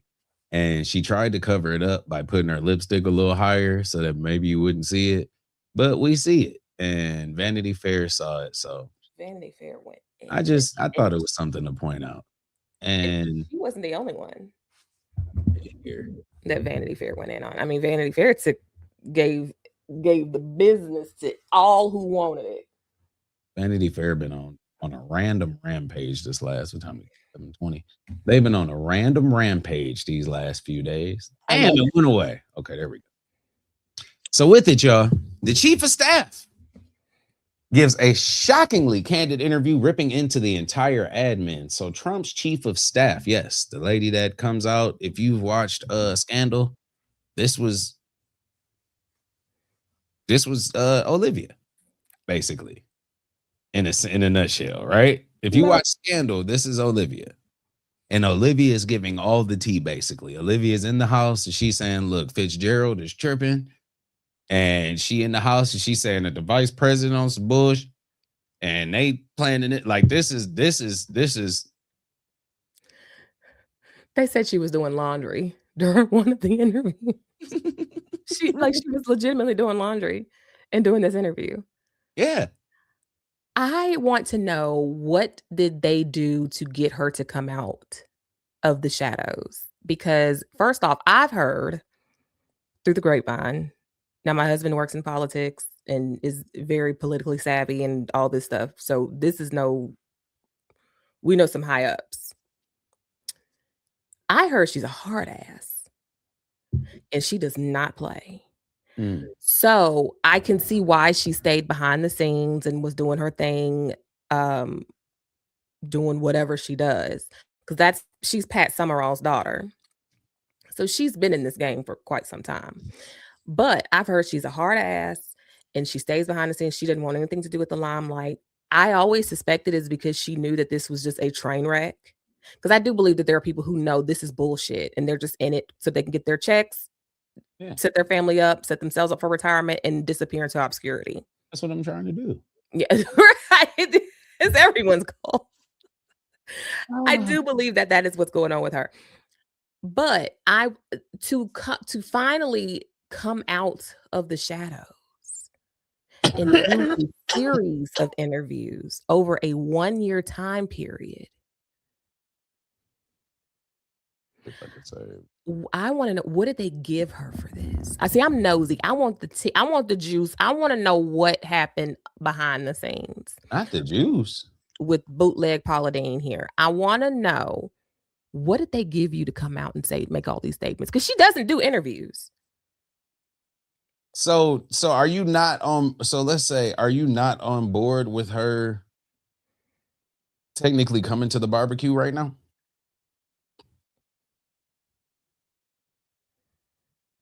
I almost said a slur. I almost said a slur.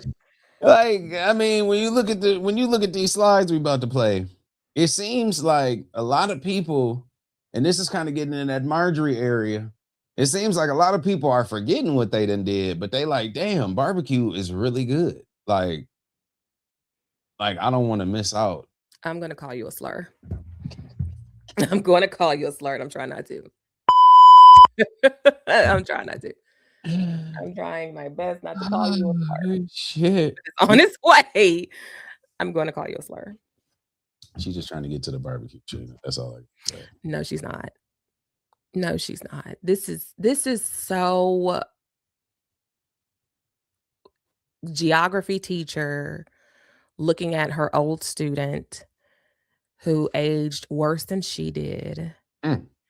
She knew he was a piss poor writer, and she is absolutely gobsmacked that his ass made presidency.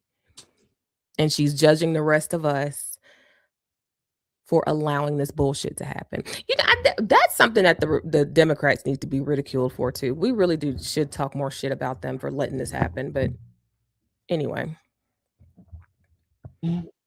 I mean, there are a lot of people that sat by, and to be honest, I don't know. Like that's like I said, that trust thing. So once everything starts coming around and doing whatever, I don't know if people will still have that same trust that we just have in people or in those politicians or in anything. That's just, hold up. I was trying to. Well, Trump chief of staff gives shockingly candid interview ripping into the entire admin. If anyone would know, it'd be her. All right. Yeah. Get this picture because, like I said, man, a lot of people here to get these checks. And if y'all see somebody up there, like, do we automatically so I guess let me ask this question before we go into this.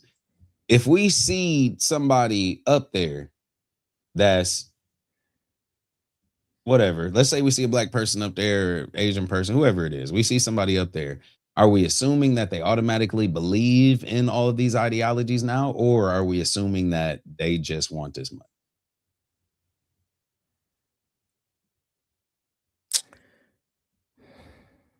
Like, what do you have to think about it? Like, I don't know. What's their track record?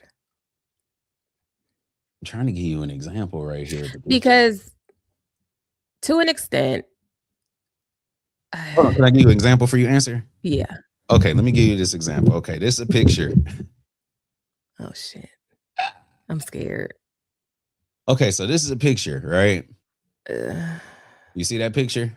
Okay, now imagine this picture like this.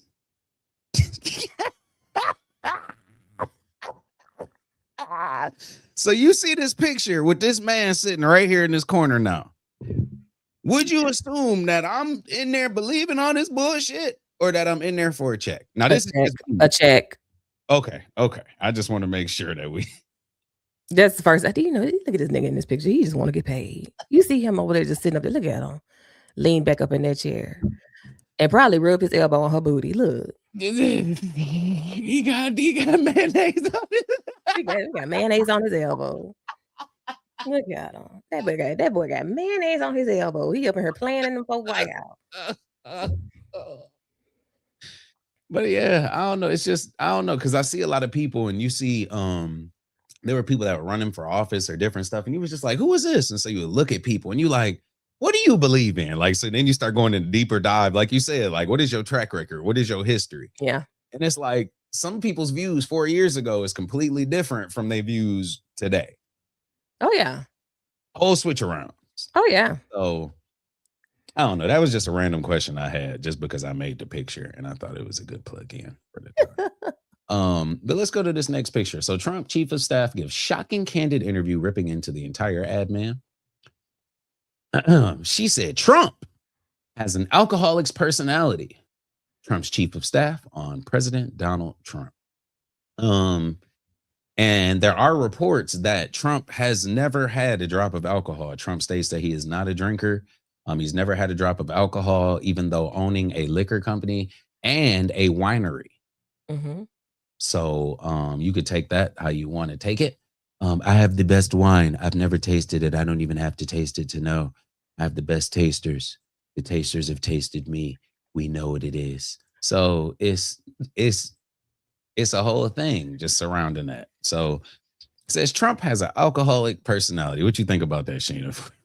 I don't even know what an alcoholic's personality is, but okay. If that's the equivalent of a sociopath, then okay. Okay. Yeah. But I'm not familiar with what an alcoholic's personality is. I mean, do they Like somebody that fall asleep with the TV off and then wake up mad because somebody cut the TV off. Like that like type. right? Like I Slap you in your face, ask you why you slapped yourself. Like because I'm just guessing. I have no idea. well because and I'm confused because I'm like I'm not an alcoholic, but if I drink too much, I'm silly and goofy and laughy, and then I'm going to sleep. Yeah, but I'm gonna tell you some real goofy shit that we should probably do. Yeah, we need chickens all on the house. Get your chickens. So y'all can come back to the White House. It'd be chickens laying eggs and coops up there and shit because the price of eggs and going. I have a reason for it, but that's So that's we're just why I feel hangover. like I believe this. Like, So we would be the hangover 4 at the White House. yeah, like he played Battleship with the kids one day. He was just like, Don Jr., do you want to play a game with your father? And Don was like, what? We've never played a game. We want to play catch. He's like, Don, you know you can't catch. Let's play Battleship. I'm going to message you on Facebook. And so they went, he thought it was going to be a real board game. They started playing Battleship on their phones and then realized they have the same actual app for the Navy.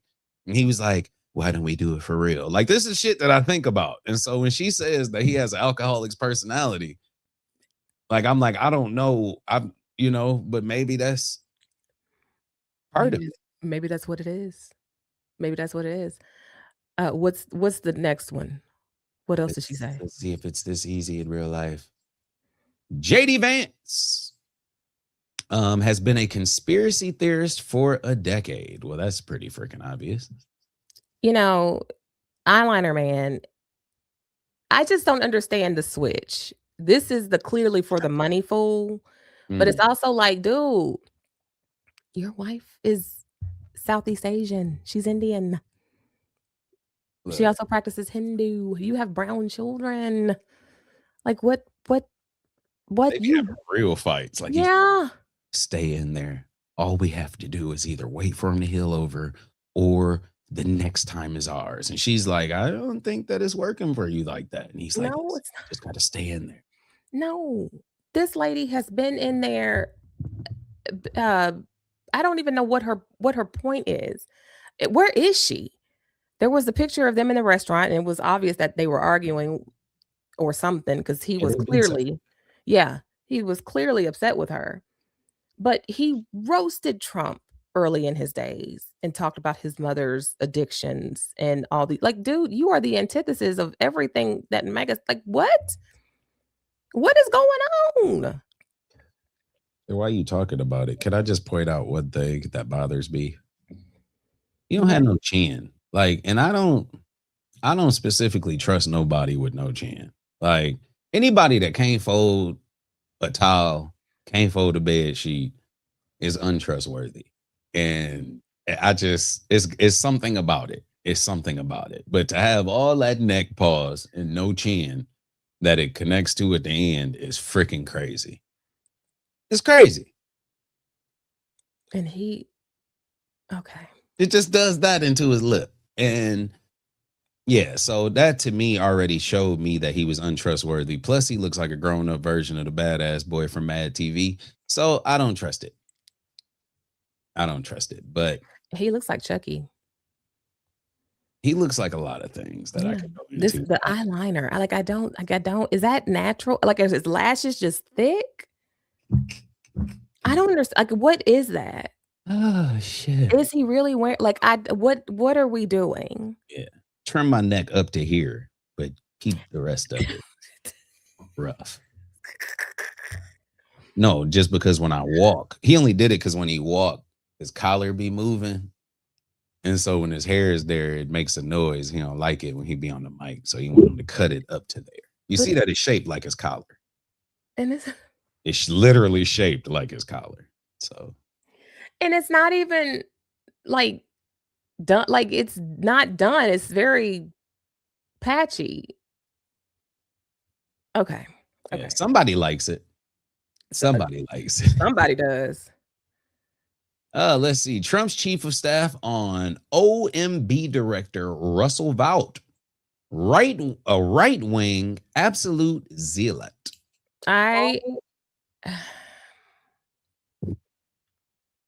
What is a zealot? Where's Google? Just a nut. Just somebody who's just not even a dumbass. Where is? Hold on. I read something about him recently. Fanatical and uncompromising. In pursuit of their religious or political ideals. Oh my God. He's 49. I mean, he looks like somebody that we can all tell people that have that face of like somebody might have picked on you and you were waiting to rue the day. Like he looks like a rue the day type person. Like you are going to rue the day.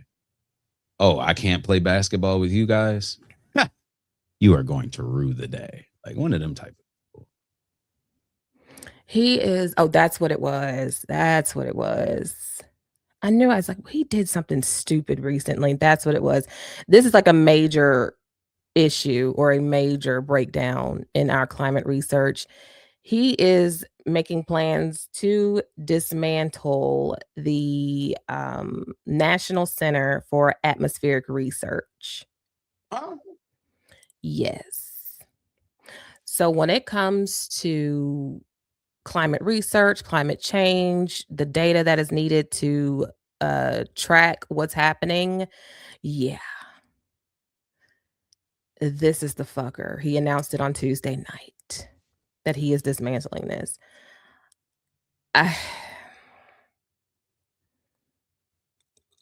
This is a system and a resource that has been available for colleges and researchers and scientists for a very long time. Why? They want to get rid of any and all evidence of anyone being smart and having good damn sense by any means necessary. This is a hub for that type of data for us to make sure that we're doing the right thing to not destroy this the damn planet.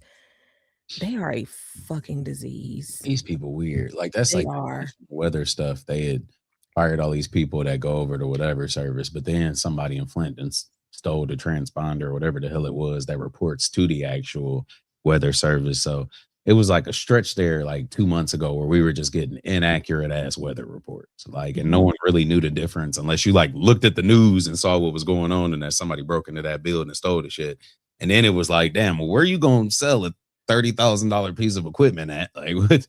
You got to sell that to another city. Like, that's the dumbest shit I've ever heard of. Or country, right? Hey. Like you. Go ahead. Sorry. No, it's just it makes you think. Like it's like these people, I don't know. These people are a different type of people. They're very weird. When they don't have to deal with shit themselves, then it is what it is. Like my food ain't even cooked like by those people. Like my food is cooked by the chef. Like I don't have to deal with any of that type of drama. Like I don't have to go to the grocery store. I don't have to go get gas. Like I'm not even in Alaska. What are you talking about? Like climate change my ass. Like are they able to food? Like it seems like fishing in no ice is better than ice to me. So, you know, that's what National Geographic says. So maybe the penguins are doing a little better. The polar bears are a national disaster and they if they don't survive, it is what it is. You know, it's like you hear people trying to make up shit or make up excuses, but I heard somebody say, I was listening to the 92.7 Ricky Smiley show this morning on my way to work. And I turned it down and turned on something on Facebook. And but the dude basically, like I'd be scrolling, I look for a video, and the dude was like, racism then got to a point, or like the Trump administration that got to the point where he can't say enough to be racist. He can't say enough to be stupid. No, he can't say enough to be bigoted. He can't say a whatever. Like he is above all of these whatever. So no matter what he says, he'll never be this. No matter what he says, he'll never be stupid. He'll never be any of that. And the reality that we have isn't the reality we have is that fixated reality. Like we don't have a real reality right now. Mm-hmm. Like if we got rid of phones for a year, then everybody would come back to it.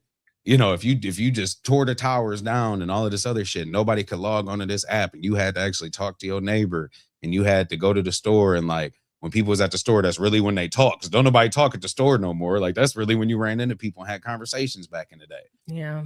So you didn't have those conversations till you went out in public. And now you in public spending 2 hours at the grocery store when all you had to do was get milk and eggs. You know, it's like now you in and out of that. But back in the day, that was a whole. So if we got rid of these certain things, it would bring back that sense of reality that we need. But it's like we to the point where nothing that these people do, nothing that whatever, it just won't be wrong in some people's eyes. This is true. Well, and you're right. And what proves that too is Trump's response to the passing of Rob Reiner and his wife, Michelle. Mm-hmm. I think that was her name. Was her name Michelle? Oh no, I can't remember what her name was. Have dinner with the Obama. Yes, they were. And I'm hoping that her name is Michelle because I was going to say that too, Rob Reiner. So I'm not gonna lie. Yes, her name was Michelle.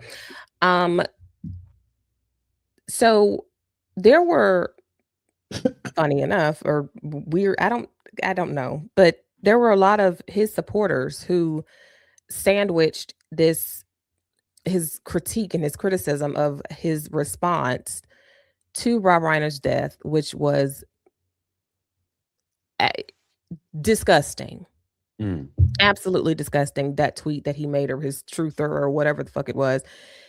And that, I love you, President Trump, but this is just a bridge too far. I can't support this. I voted for you twice or 3 times. And this tweet, this response this is not who we are. Bitch, yes, it is. This is exactly who you all are. But there were a lot of people who were denouncing that tweet. This man has made fun of veterans, made fun of disabled people. He's talked crap about others in horrible and horrifying ways. But this is a bridge too far. Like, this is who he's been. And now y'all are shocked and appalled? Huh?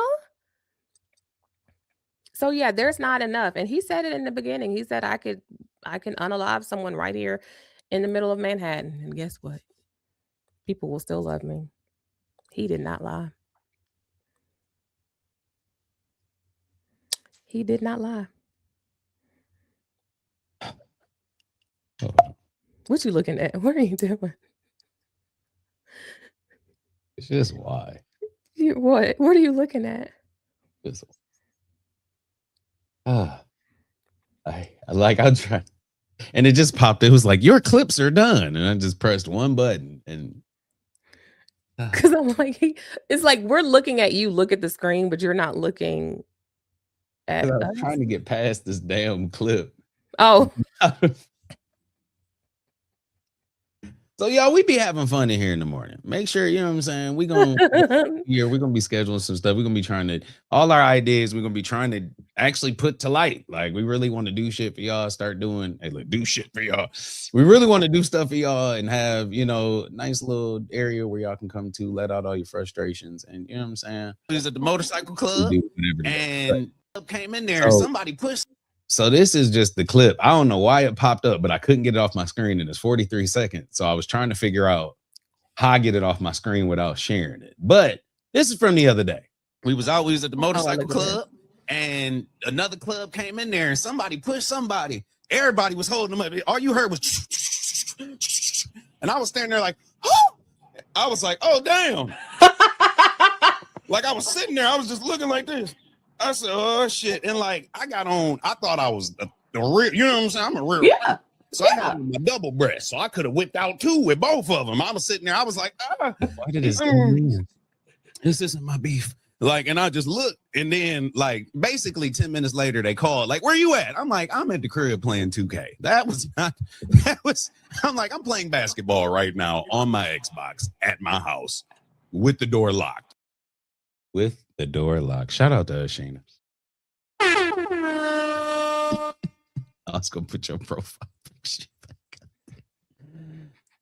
up. That's us. That's us. And it actually gives us a few good ones. So that was one of the good ones that popped up. But anyway, It's the scream that you it's the scream you did. I can't. And I'm trying to get back to the thing because we talk about this serious ass subject and it's just The clip comes up. the clip come up. And then I'm reading the caption because I'm like, what is this? Like, why can't I? It was a whole moment. Y'all had to excuse me. Go to the next one. So just to finish off, Pam Bondi completely whipped the Epstein files, which I mean is blatantly and seriously obvious. There was a lot of lies, a lot of because at first it was a hoax, then it was they were gonna come out, then they brought 15 influencers to the White House. A lot of people don't even know this story. They brought 15 influencers to the White House and gave them access to files. So we're not talking about the Doge people. We're not talking about none of them people. These are 15 random ass influencers. They gave them redacted files or files with redacted information in them and sent them on their merry way. So they were saying that they were releasing the files. So they gave a packet of files already to 15 people that never came out and said shit at all, which is very weird because they were top influencers. So none of these people ever, or the videos they came out with, you can't find them. So that's a very weird. Yeah. You ever see any of that? I am not familiar with this story, sir. You're going to have to bring me up to What? speed on that. Influencers. They were all influencers brought to White House. You never heard about that? Good files. I believe it's 15 of them. Boom, boom. They got a picture of them. They all standing there holding up binders. Oh, let's see right here. So share this tab instead. Right-wing influencers get binders labeled the Epstein files, but downplay revelations. So this is February 27, 2005. Can you see the screen? Yes. Look at your face right now. You've never seen this? No, I'm trying to look it up myself now. I'm like, wait a minute. Look at the picture. Look at them. So it's 5 of them. Excuse me. I thought it was 15 of them. It was a 5. And it says the Epstein files, phase 1 on the front. And who the hell are they? From the left, Ryan O'Hagley, Chad Ritchie, Oh, Scott that Presser. bitch. Yeah. Rackage. The Epstein files, phase 1 is they walk out of the West Wing of the White House on Thursday, February 27, 2025. So this came out in 2025. It was a group of 15 right-wing influencers visited the White House on Thursday and had these binders that they obtained from Attorney General Pam Bondi, who has vowed to release the information about the late sex offender Jeffrey Epstein, excuse me. Liz Wheeler, who is seen leaving the White House, went live on X later to describe the binder and flip through its contents. She said that while people are looking for new information related, that is not what's in this folder. Most of the pages that Wheeler showed are from the Epstein's address book, which has been public, with addresses redacted. And then this lady pops up. Who in this? These damn ads. I'm so mad. I'm so tired of ads being in everything. So there wasn't shit in there. Yeah. Nope. So they got these binders. Ain't shit in there. But like I said, you can't go find these videos no more. So whatever they made or whatever they did is no longer a public video. They've all been taken down. Statements have been redacted. Yeah, this was a waste of time then. Yeah. So that was the first lie, so we got the files they're on my desk. I'm calling these people in here to give them the files. They're going to go through, they're going to go live, tell you what they've seen, yada, yada, yada. Then next after this, it was a hoax. So, it's a Democratic hoax. We don't trust it. Stop believing in that shit. We got bigger stuff to fry. All this other shit. I can't believe. Oh, we're still talking about that. We're still talking about the files. So that goes back to Pam Bondi. A lot of that. And I think a lot of her cues were coming from him. So let's say she was ready to do some shit and she was at the office like, all right, this what do you want? Let's get it. And he's like, he done went on the news later and said some random ass stuff. And the files are fake. They're a hoax. Nobody believes it. And she's sitting there with the binder in her hand like, never mind. So it's just little stuff that She won't. Hopefully the rumor about most of them resigning and retiring and doing whatever is true. And by midterms, because they know that their jobs are done. Hopefully that shit is true. Because this is embarrassing. This guy is weird. I'm sorry. I wasn't sure what she meant by whipped. You knew what she meant. Yeah. She said, there go your boy. An avowed ketamine user and an odd duck. And the thing about it is ducks are very smart. They're actually cute. Ducks don't deserve that comparison, to be honest with you. If I were a duck, I'd be pissed, to be honest, to be compared to this shit. This is the most unoriginal, just fucker ever.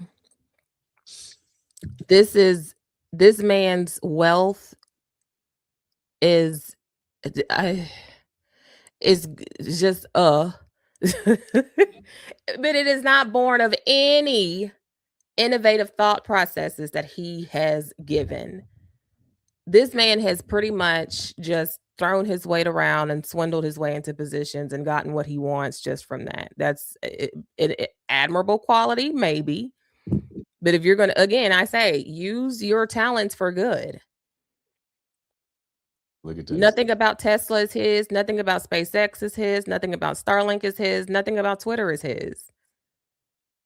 He was just able to buy it, and here we are. And of course, to the basic dumbass of the world, having money means that you're better than anyone else. So obviously, if you have money, you have to be smart. No, this is a clear example. Yeah. This man was given, this immigrant, who we don't know if he has papers or not. Remember, we'll show us your papers. Has been allowed to sever the financial means of thousands of people. Whole departments damn near gone. Mm-hmm. Because that's what he wanted. This man has sold us out in the worst way possible. And I'm still trying to understand how the far right is being supported so well, how there are so many people who still think this shit is okay. And I'm also pissed at the centrist Dems. What the hell have we been doing sitting on our hands where we have allowed these dumbasses to come in and wreck shop? Yeah. Shit. They do deserve far more ridicule. What we lost to this? No. Yeah. I'm getting comfy. Hold up. Yeah, you are. You leaning. I've been doing a lot of running. Shit. I gotta get comfortable. I'm getting older now. Shit. Like some people mad because they can't get comfy on their live. Yeah. You gotta sit at the table. Shit. You mad at me now. She said I can go sit on the couch. No, that room they got in there. The damn couch over there. You see that she moved because it used to be over a little bit. No, what? Oh, it's the camera. It's kind of zoomed out. But yes, you see. Hey, look, I'm over here making shit up. She still agree with me. No, it's the I did actually, because you can see the door now where you couldn't see the door before. Yeah, look at that, y'all. I need to take his blanket down. Nobody even go in that room but the dogs. I might just try to be. Well, it's because it's mine. None of them even go over there but the dogs. Because it's mine. I need to take his blanket out. And then over here is my TV on this side. In my PlayStation. In the bathroom. My little Pac-Man game. You done made me kick myself out. You did kick yourself out. So anyhow. So what time is it? Time check. 11:52. Yeah, I'm going to get into, because we had a couple things that were rather a little comical, so we can get off on a nice note, just to be, if you don't mind. It's up to you. Because I saw a video, and I'm gonna pull up a few things just so we can get a quick Couple quick reactions. Get you off my screen right there. I'm scared. The reactions. That's all on my screen. Okay, sorry. Pull that up. I'm really comfortable right now. Like I feel like this is like life right now. Let me see. Yeah. Okay, sorry. All right, so this video right here, there was a golf event over the weekend, and yours. Oh no, not that. I gotta pull this up now.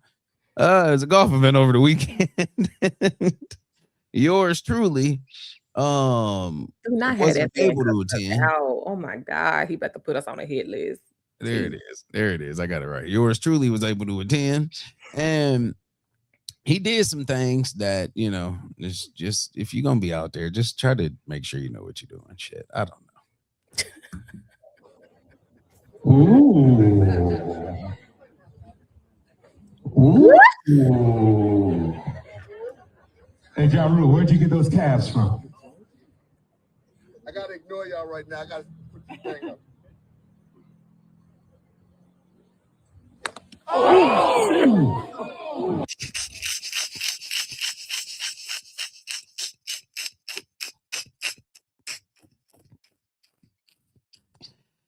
So Ja Rule right now is trending for hitting a photographer with the golf ball.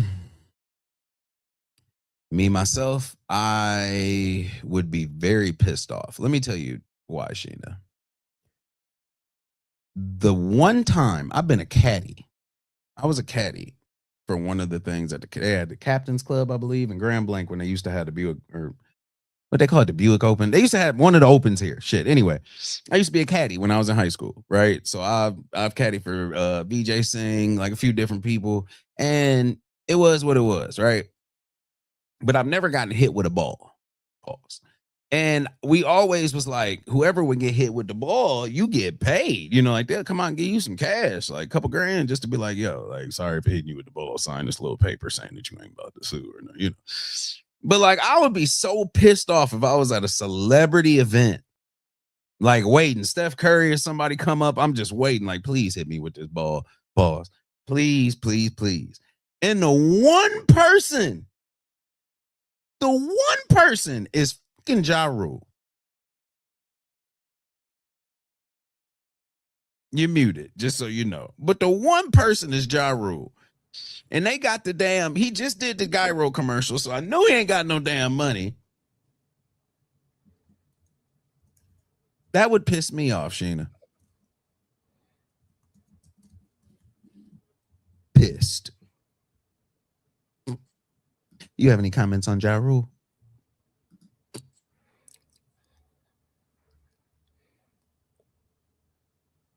Is it?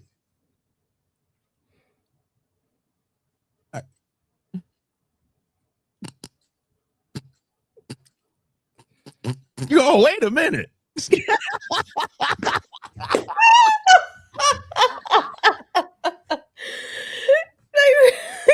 I'll be on a whole nother screen. I'm sitting there watching it, zooming in on the ball like this, like, oh, hey. Come back to this and look at this. Henny was hit by a ball. Listen. I asked a question. It was a question. I wasn't. It's just a goal. That's like going to a baseball game, being hit by one of them balls. So you get hit by a ball, they're gonna come out and give you a couple dollars. They said that shit hurts. They say it hurts. That's why they're gonna give you a couple dollars. But me, myself, once I get hit, I'm out. I'm not opening my eyes for a whole 7 hours. I'm gonna make sure I'm good at the hospital. I'm gonna be listening to people talking and shit. And then right before they hit me with well, maybe we need to put him into a coma. I'm gonna wake right up. I'm gonna be, oh shit. Oh, whoo. That's me right there. He's up now. I'm gonna be the first person to wake. So my husband, oh God, he's gonna kill me for telling the story, but oh well. So years ago, he tried his hand at golf. And I actually want to try again. He tried it. I actually want to do it with him and let it just be kind of like a couples thing. But he tried his hand at golf, and he went to a driving range with a guy who actually is a master golf, well, a pro golfer or he's on pro level or whatever. And, you know, he was helping him out. And he was like, you know, actually, you know, your I guess your form is actually pretty good. You know, we just need to work on, you know, tweaking some stuff. So he's like, okay, so go ahead and hit the ball. So he hits the ball. And it was actually a beautiful shot. And it was actually really good after he helped him, you know, tweak some stuff. I mean, and we're talking, it goes straight. There was nothing. Win, no nothing. All of a sudden, that ball just decided, oh, what's over here? And that ball started veering to the right. And we're all like, oh, wow. And it's going far.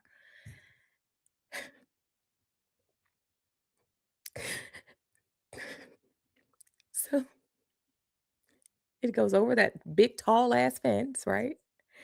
There's a biker over yonder. You see back there, all the way back there, back in the back of that driving range, there's a biker on the road, on the side of the driving range. And he's on his bike, helmet on, and he's just trudging. My husband's ball, the golf ball, bloop, bounced off.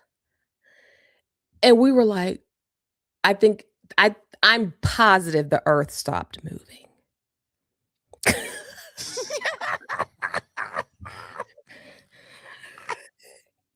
I'm positive the earth stopped moving because it was just silence. And all we hear is, thank God I had my helmet on. Wow.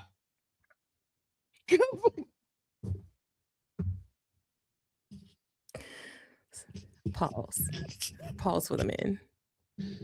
Oh shit. You get it. Yeah, husband And went out here. He done went out here targeting people. His friend looked at him and he was like, bro, of all things to happen, this is what you do. I said, I'm thinking to myself, I knew this shit. I knew some wild shit. And so yeah. I don't think he's had a golf club in his hand since. Well, it sounds like a good time. So whenever we do our meet and greet, tell them bring the club. Oh, the Beckners are a damn good time. I can tell you, hey, we're gonna leave you with a memory. Yeah. See, people out here tripping. They don't. Hey, look, I really go out here. So listen, I really be going out here, and I got we can finish whatever. I really be going out here and trying to, you know what I'm saying? When I meet people and we had, you know, genuine conversations and stuff, and we build and all this other stuff, I be trying to meet people. So it just be what it is. So I am gonna be doing my little tour. I'm gonna go down and I'm gonna go to my cabin house and be, and but we should be down in Gatlinburg somewhere around Cabin house B&B. Yeah, my cabin house B&B. So we're gonna figure something out. I'm gonna figure out a way that me and Ubby can go and hit some golf balls just so we can film it, because that sounds very funny, to be honest with you. And you actually golf though? Like, are you? Yeah. So you can actually golf? Yeah, like I bet money on golf. I'm one of them people. Oh. Yeah, I hit a couple to the right just to make you think I can't. I'll be like, man, shit, it's going crazy. You ain't trying to bet though. Like maybe I bet me $5 I can't hit it over there. Yeah. No, he ain't gonna do that. Now, if it comes to football betting and all that other shit, yeah. We went to the President's Cup here, and that was an adventure. Those golfing events, boy, I tell you, whoo, shit. Golfing's it's a lot of people. Ooh. A lot of we have lines the beautiful. Oh. Ain't who you gonna see. Oh. Yeah. It's a lot. I can't wait to go back. It was fun, but it was more of an adventure than I expected it to be. Big deal. Very, very pretentious, bougie. Yeah. But it was fun. But it was fun. But anywho. See, I was trying. We gotta find one right one. Yeah, we're gonna have to get together. We can do Top Golf. How about that? That's something safe. Safe. She like, the only person out there is the person on the cart. He got a date on there, so we'll be sitting there like, damn, you done hit 30 balls, and they all done hit the cart. And they all hit the cart. And I'm telling you, one would still manage to get through that gate. One of them little. He was one of us would manage to get the ball. Everybody like, you okay? You okay, Sheena's husband? He like, yeah, I'm good. I'm on the phone with my lawyer to make sure everything is copacetic because we done set up here and we don't fucked up the damn case. She over here telling my damn business. He's sitting there watching the show with somebody and just scheduled a golf outing. You're like, no, we can go play in a little bit. Shit. You just said that. They sitting there looking at it. Oh no, he has no shame in his mediocre golfing skills. My husband can play. Yeah, you better swing it, boom. He said, look, I never told you I was good. I told you I would play. I didn't lie about nothing. Yeah. No, the handicap over here is for real. It's a handicap. It's a handicap. I gotta have one more petty moment before I get into this video. Okay, I'm done. Okay. You need your ass. I'm assuming we ain't done. Now, yesterday I was busy. I had to catch up my life. And I didn't have time to I was popping in, I was sitting there listening, but I need some time to actually go down to sit here and watch this video from last night and write some more notes, because I had some notes, especially on the ASL portion and the caption person, that we're gonna talk about and some different things. So probably more get into that tomorrow. But we're gonna have some conversations with these folks right here. Let me tell you, I don't even think Curious popped up. I don't even think he showed up. I don't know. I was trying. But anywho, so to leave on a good note, we have some kids. Now, this is a high school in Maryland. Okay. I don't know if you watched this video, Sheena. I did. I thought it was so sweet. This got my heart, because when you look at this video, this is like the school that I went to, where I told you I was amongst just a few people, and people was just cool. Like, you met people that was just down to earth, whatever. But like, when you get a whole school of people that are rallying, this lets you know, first off, we don't care about your bullshit. We don't care what you got going on. We got our own lives to live, and we're going to live those lives regardless of what y'all got to say. You can hate on the outside of the club because you can't get in. And that's literally what these young people are doing. So I wanted to play this video for the end of the day to end this off, y'all, just because it's so much positivity going on at this high school. And this is how the world is going to change. Real talk. Yep. And tell me when you see one of us in here, because I watched it one time and didn't even see a black person. So this let me know. I said, oh, shit, this is real. I was so looking myself. But okay, go ahead. Sheena, I thought it was a troll at first. I was like, man, I said, I'm about to go down there. I was looking too. I was like, where? Because I watched a few times. I'm one of those people, because I just like to, it's a feel-good moment on the internet, finally. And then I looked, I was like, wait a minute. Shit, where's the black person with the dreadlocks? And then I was like, oh, but you know what? For them to be looking for Auntie Shell, because Auntie Shell in vacation braids, and she's been in vacation braids since she left office. So yeah, I thought it was very sweet. I do hope that they get their wish. You can go ahead and play it. I was hoping to look through the back and just see one, just because you knew it wasn't gonna be right. But it's I just knew it was gonna be one person back there, just a little like that. But I just didn't know. It didn't know. But anyway. Who do you want? When do you want? Graduation! This is day one of asking Michelle Obama to be our graduation speaker. Video after video. This is day 2 of asking Michelle Obama to speak at our high school graduation. Let's go! Right there. These high school seniors want one thing and one thing only. We were in an SGA meeting one day, and we were talking about graduation speakers, and we didn't really know what the process was. So why not use social media to get the attention of certain somebody who these seniors really want at their graduation? The first person that really came to mind was Mrs. Obama. This is when the silk presses started to become elite. The leave out was feathery. I mean, did you see the bounce in her hair right then? Irritating. Did you see the bounce? Like, this is when, I mean, yes, do it. There you go. Yes. Give it, Landon. Yes. Go ahead, bestie. Go ahead, bestie. Go ahead. Go ahead. Bitty bitty bamba. Yeah, twin. Yeah. Go ahead, twin. We gotta clip that. That needs to be in our little repertoire. But that is what I just could not help it in that moment looking at that because the hair was just oh my God. Look at it. Look. Certain somebody who these seniors really want at their graduation. Bang over there. The way that bang on that side, barely any head movement, but that bang said, "I'm fine in that win," and it just did a little shimmy. Gosh, she was blessed with them silk presses. This was not playing. Go ahead.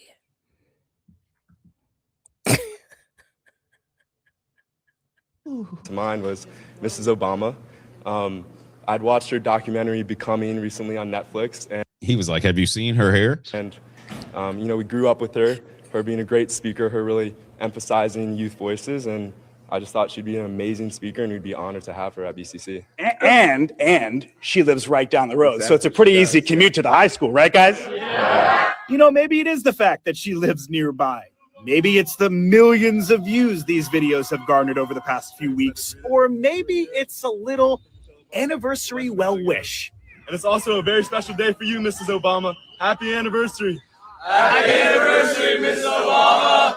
Whatever it was, guess what? Michelle Obama commented on one of their videos, writing, "I'm so moved by your videos. It's a credit to what you and so many others in your generation can get done through the power of organizing. My team is in touch with your school and we're working on something special. In the meantime, I want to hear more from you. What gives you hope?" I think what gives me hope is the fact that Mrs. Obama, she heard what we were saying and she reached out to us. And, that really shows that if we care about something and we try hard and we persist at something, that our voices really can have an impact and make a difference. I'm on my school's debate team, and it gives me hope to see people that are open to engaging in conversations and discourse. I think that's something that we need a lot, especially, nowadays. Lots of hope that a former First Lady will come and speak at graduation. I'm Joseph Olmo, News 4. Hold on a second. Why didn't they let Roderick speak? Roderick should have been the main one. Okay. Now, if there are any white people listening, just get at this is Black people business right quick. You know damn well that Roderick is only there for the athletic scholarship. He is there just to play ball. Okay. They said stand right here. You know damn well he is not there for the academics. I'm just playing. Let me not do that. That baby back there is brilliant. Roderick was like, dude, I think that the school is just like progressing really good. And like, if they come out, then the people will come, like, yeah. That baby, my nephew, let me not play like that. Nephew was back there. He's probably the smartest one in the game.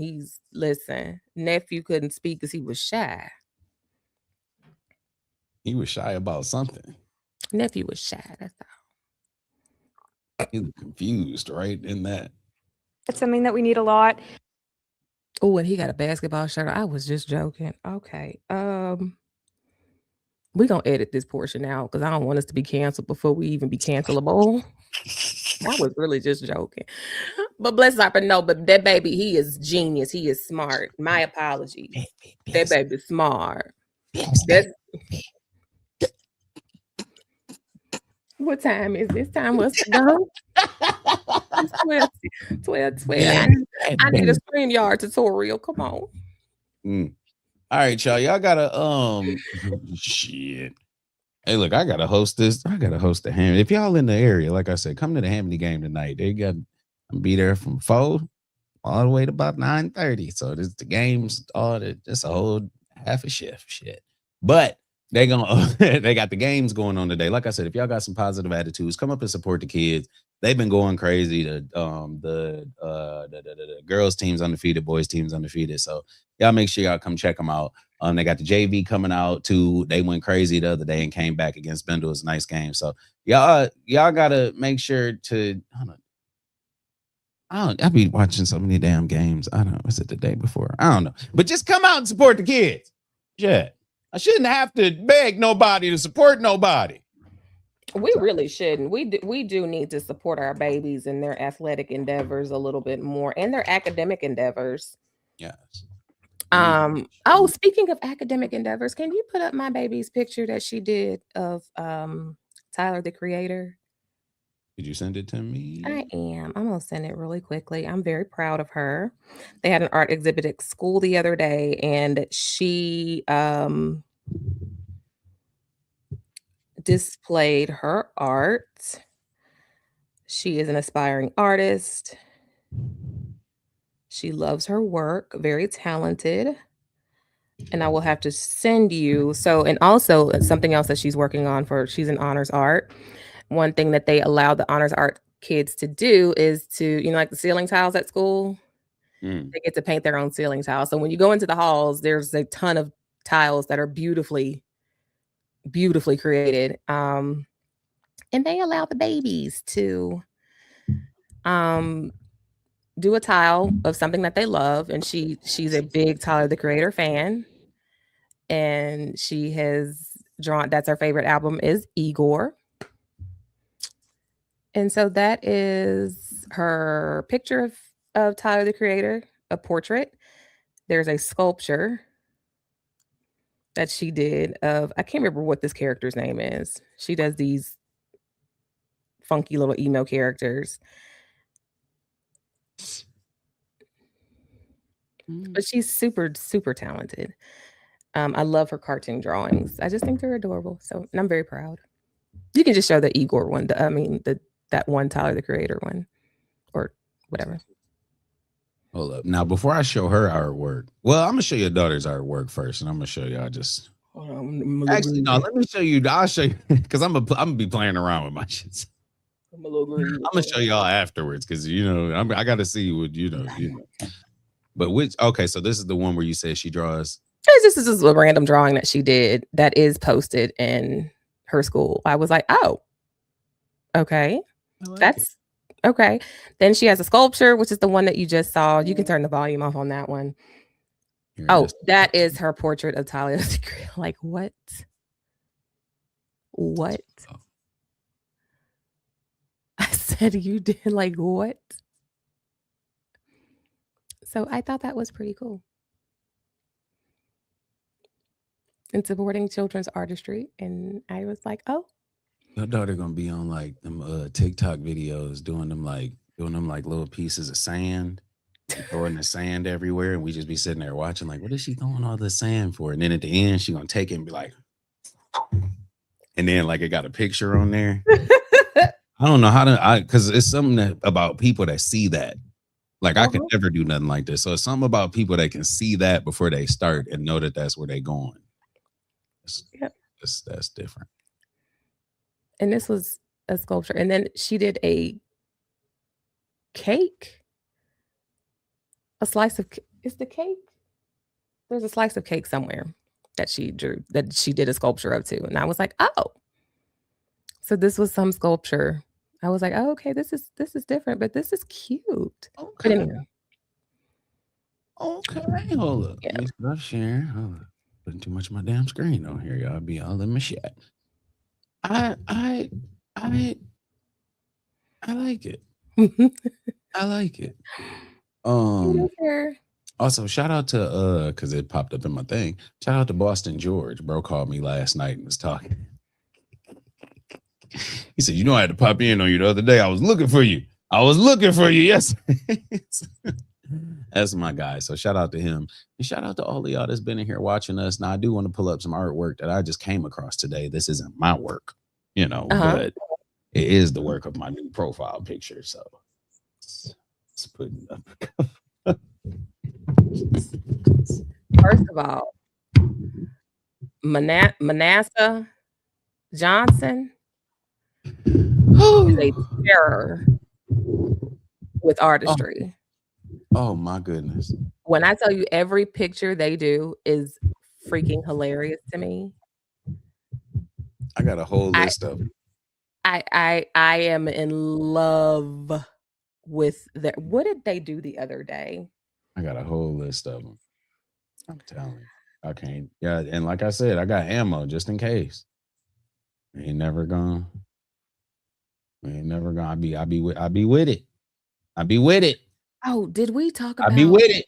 This is insane. Gotta say, why they do Krishan like that? Insane. With the drool hanging out. Poor Krishan.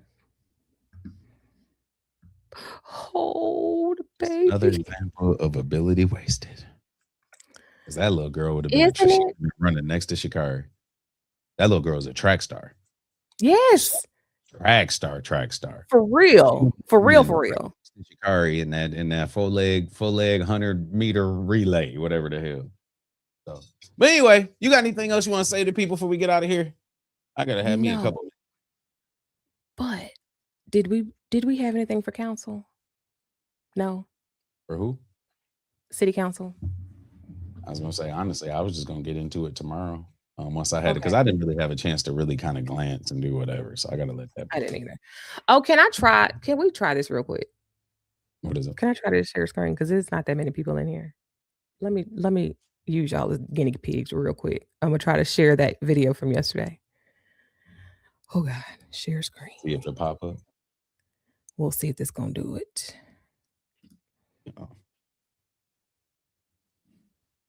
Wait a minute. Google Chrome would like to record this. What the fuck? Ah.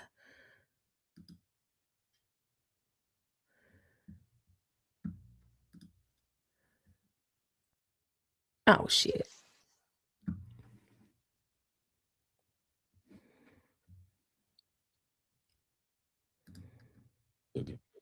Oh, hold on. Oh shit. Hold on.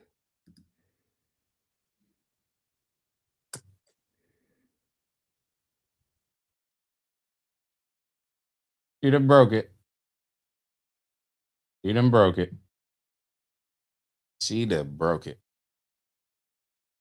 Let me tell you about these new people. They say don't trust them newts over there. And I don't know. That ain't had nothing to do with nothing. But if you in the live and you here real quick, I just want to say thank you for joining the Urban News Station. Please click the link or click like, share, and subscribe. Share the link out to somebody who you think would be interested in joining the show. To support your local studio, Urban News Station, and the producer, L. Hendrix, Cash App, $ Hendrix Studios. Yes. Sorry. $ Hendrix Studios. I'm back. It did an update like real quick. And I was like, oh. I know. Don't talk too bad about me.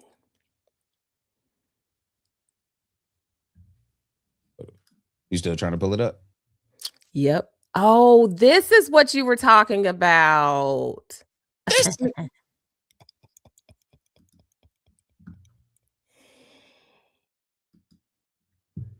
She said, nah, but I'm doing it.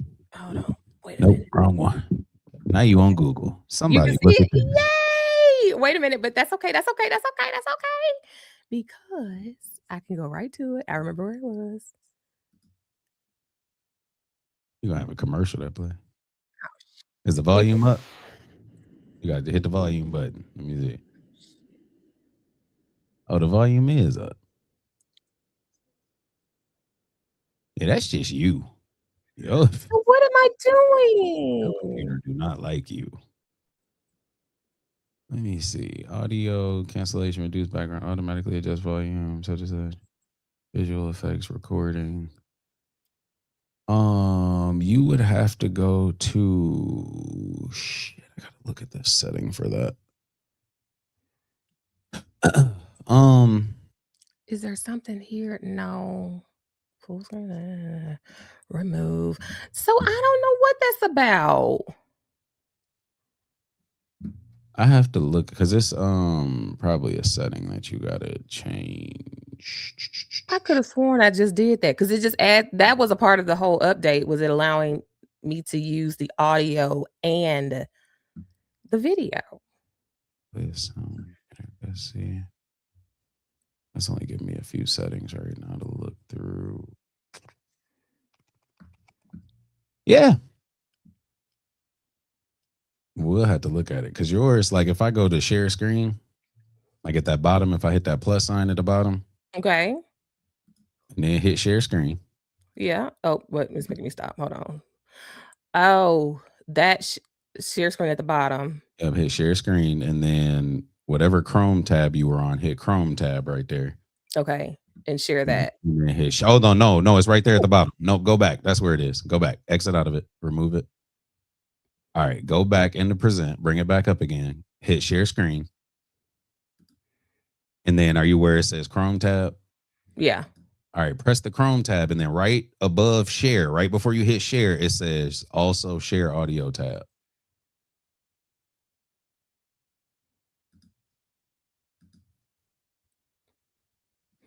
Oh, hold on. I gotta pull it back up because it's acting stupid. Okay. Because I can't So share. there. Okay. Can you see my screen? Nope. You haven't shared it yet. Okay. So share screen. Share screen. Tarrant. Lawsuit. So I turned the tab is on. It says also share audio tab. Uh-huh.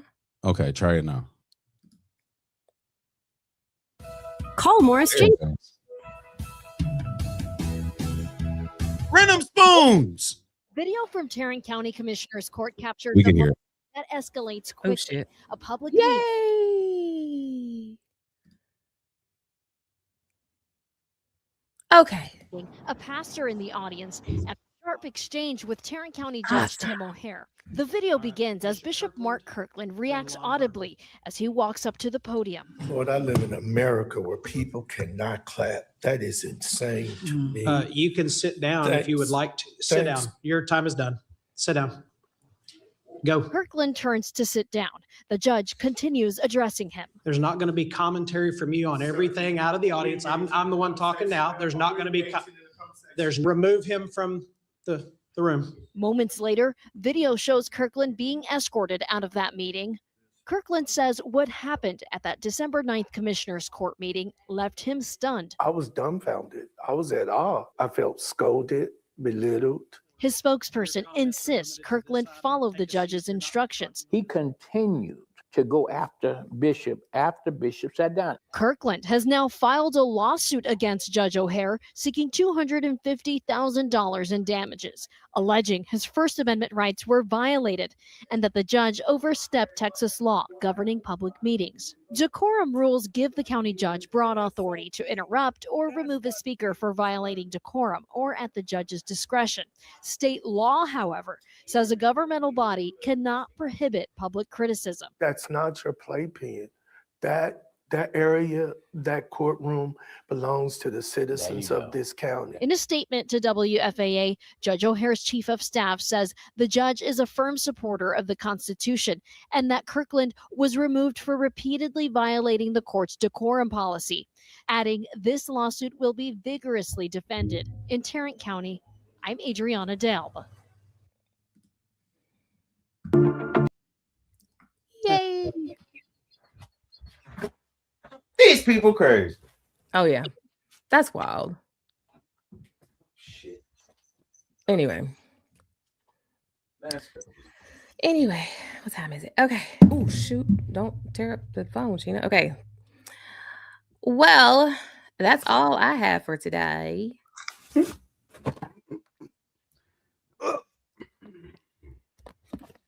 Looks like it's a wrap, folks.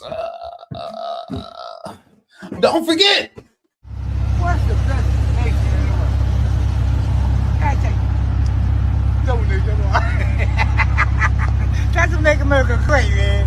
That's okay. That's what makes America great, y'all. So we definitely appreciate everybody for tuning in. I got more. Oh, just some dry air. Shit. Hey, look, shout out to Tanya Burns. I'm hitting buttons and shit. I'm like, wait a minute, what are we doing? Okay. She said, she coming on? Wait a minute. People start popping in and shit. If you ain't as happy as this person today and going into your weekend, you need to fix something in your life. I ain't gonna play it all because they hit me the last time. I bet they do. They gonna hit me this. Every video gets hit. so it don't matter. I'm a professional at this. So anywho, but you got anything else you want to say to the people? Love on somebody. It is Thursday. This is the week before Christmas break for many. The children, my kids, we have half a day tomorrow, so we will be here 9:15 to 10:15, 10:30 ish, maybe. We'll figure it out. Yeah. My kids will have half a day. But yeah. We'll get it together, and I'm gonna be at the Golden Gate after that, so I can get my lunch. So I want you to come up there trying to start no bullshit. My message for the people, yeah, just like she said, love on somebody, tell somebody hi, tell somebody hey. That's all you got to do today. If you make it your mission just to tell 5 people hey, just as you walk by, nothing serious, just hey, how you doing? Hey, how you doing? 5 people, I'm telling you, it's gonna boost some shit in your brain that starts going off what they call the endorphins or whatever, and it gives you a boost. It makes you feel positive, and it brings more enlightenment to your day. So if you can, and whoever knows, like somebody else might be having a bad day, and just that high from you is like, damn, people do notice me. Like I'm not by myself in this world. Like you never know what something else does for somebody. So just do those little things, because sometimes it ain't about you, and people remember when you help them out when it's not about you. So anywho, appreciate all of y'all. Yeah, I'll see some of y'all at the Hamdy game tonight. We out. Did you want to say bye? I'm sorry, I just cut off. Peace. We out.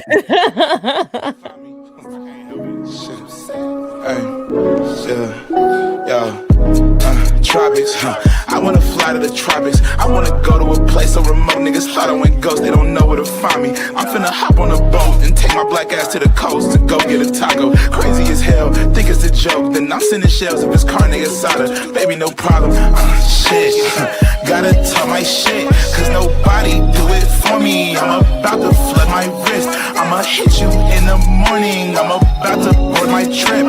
Eyes too red, what you said? With the pilot blowing zips, smoking on tropics, I wanna fly to the tropics, fly to the tropics, I wanna fly to the tropics. I wanna go to a place so remote. Niggas thought I went ghost, they don't know where to find me. I wanna go to a place so remote. Niggas thought I went ghost, they don't know where to find me. Down, I don't pin locations, ayy. Girl, my phone on D&D, miss your notification, ayy.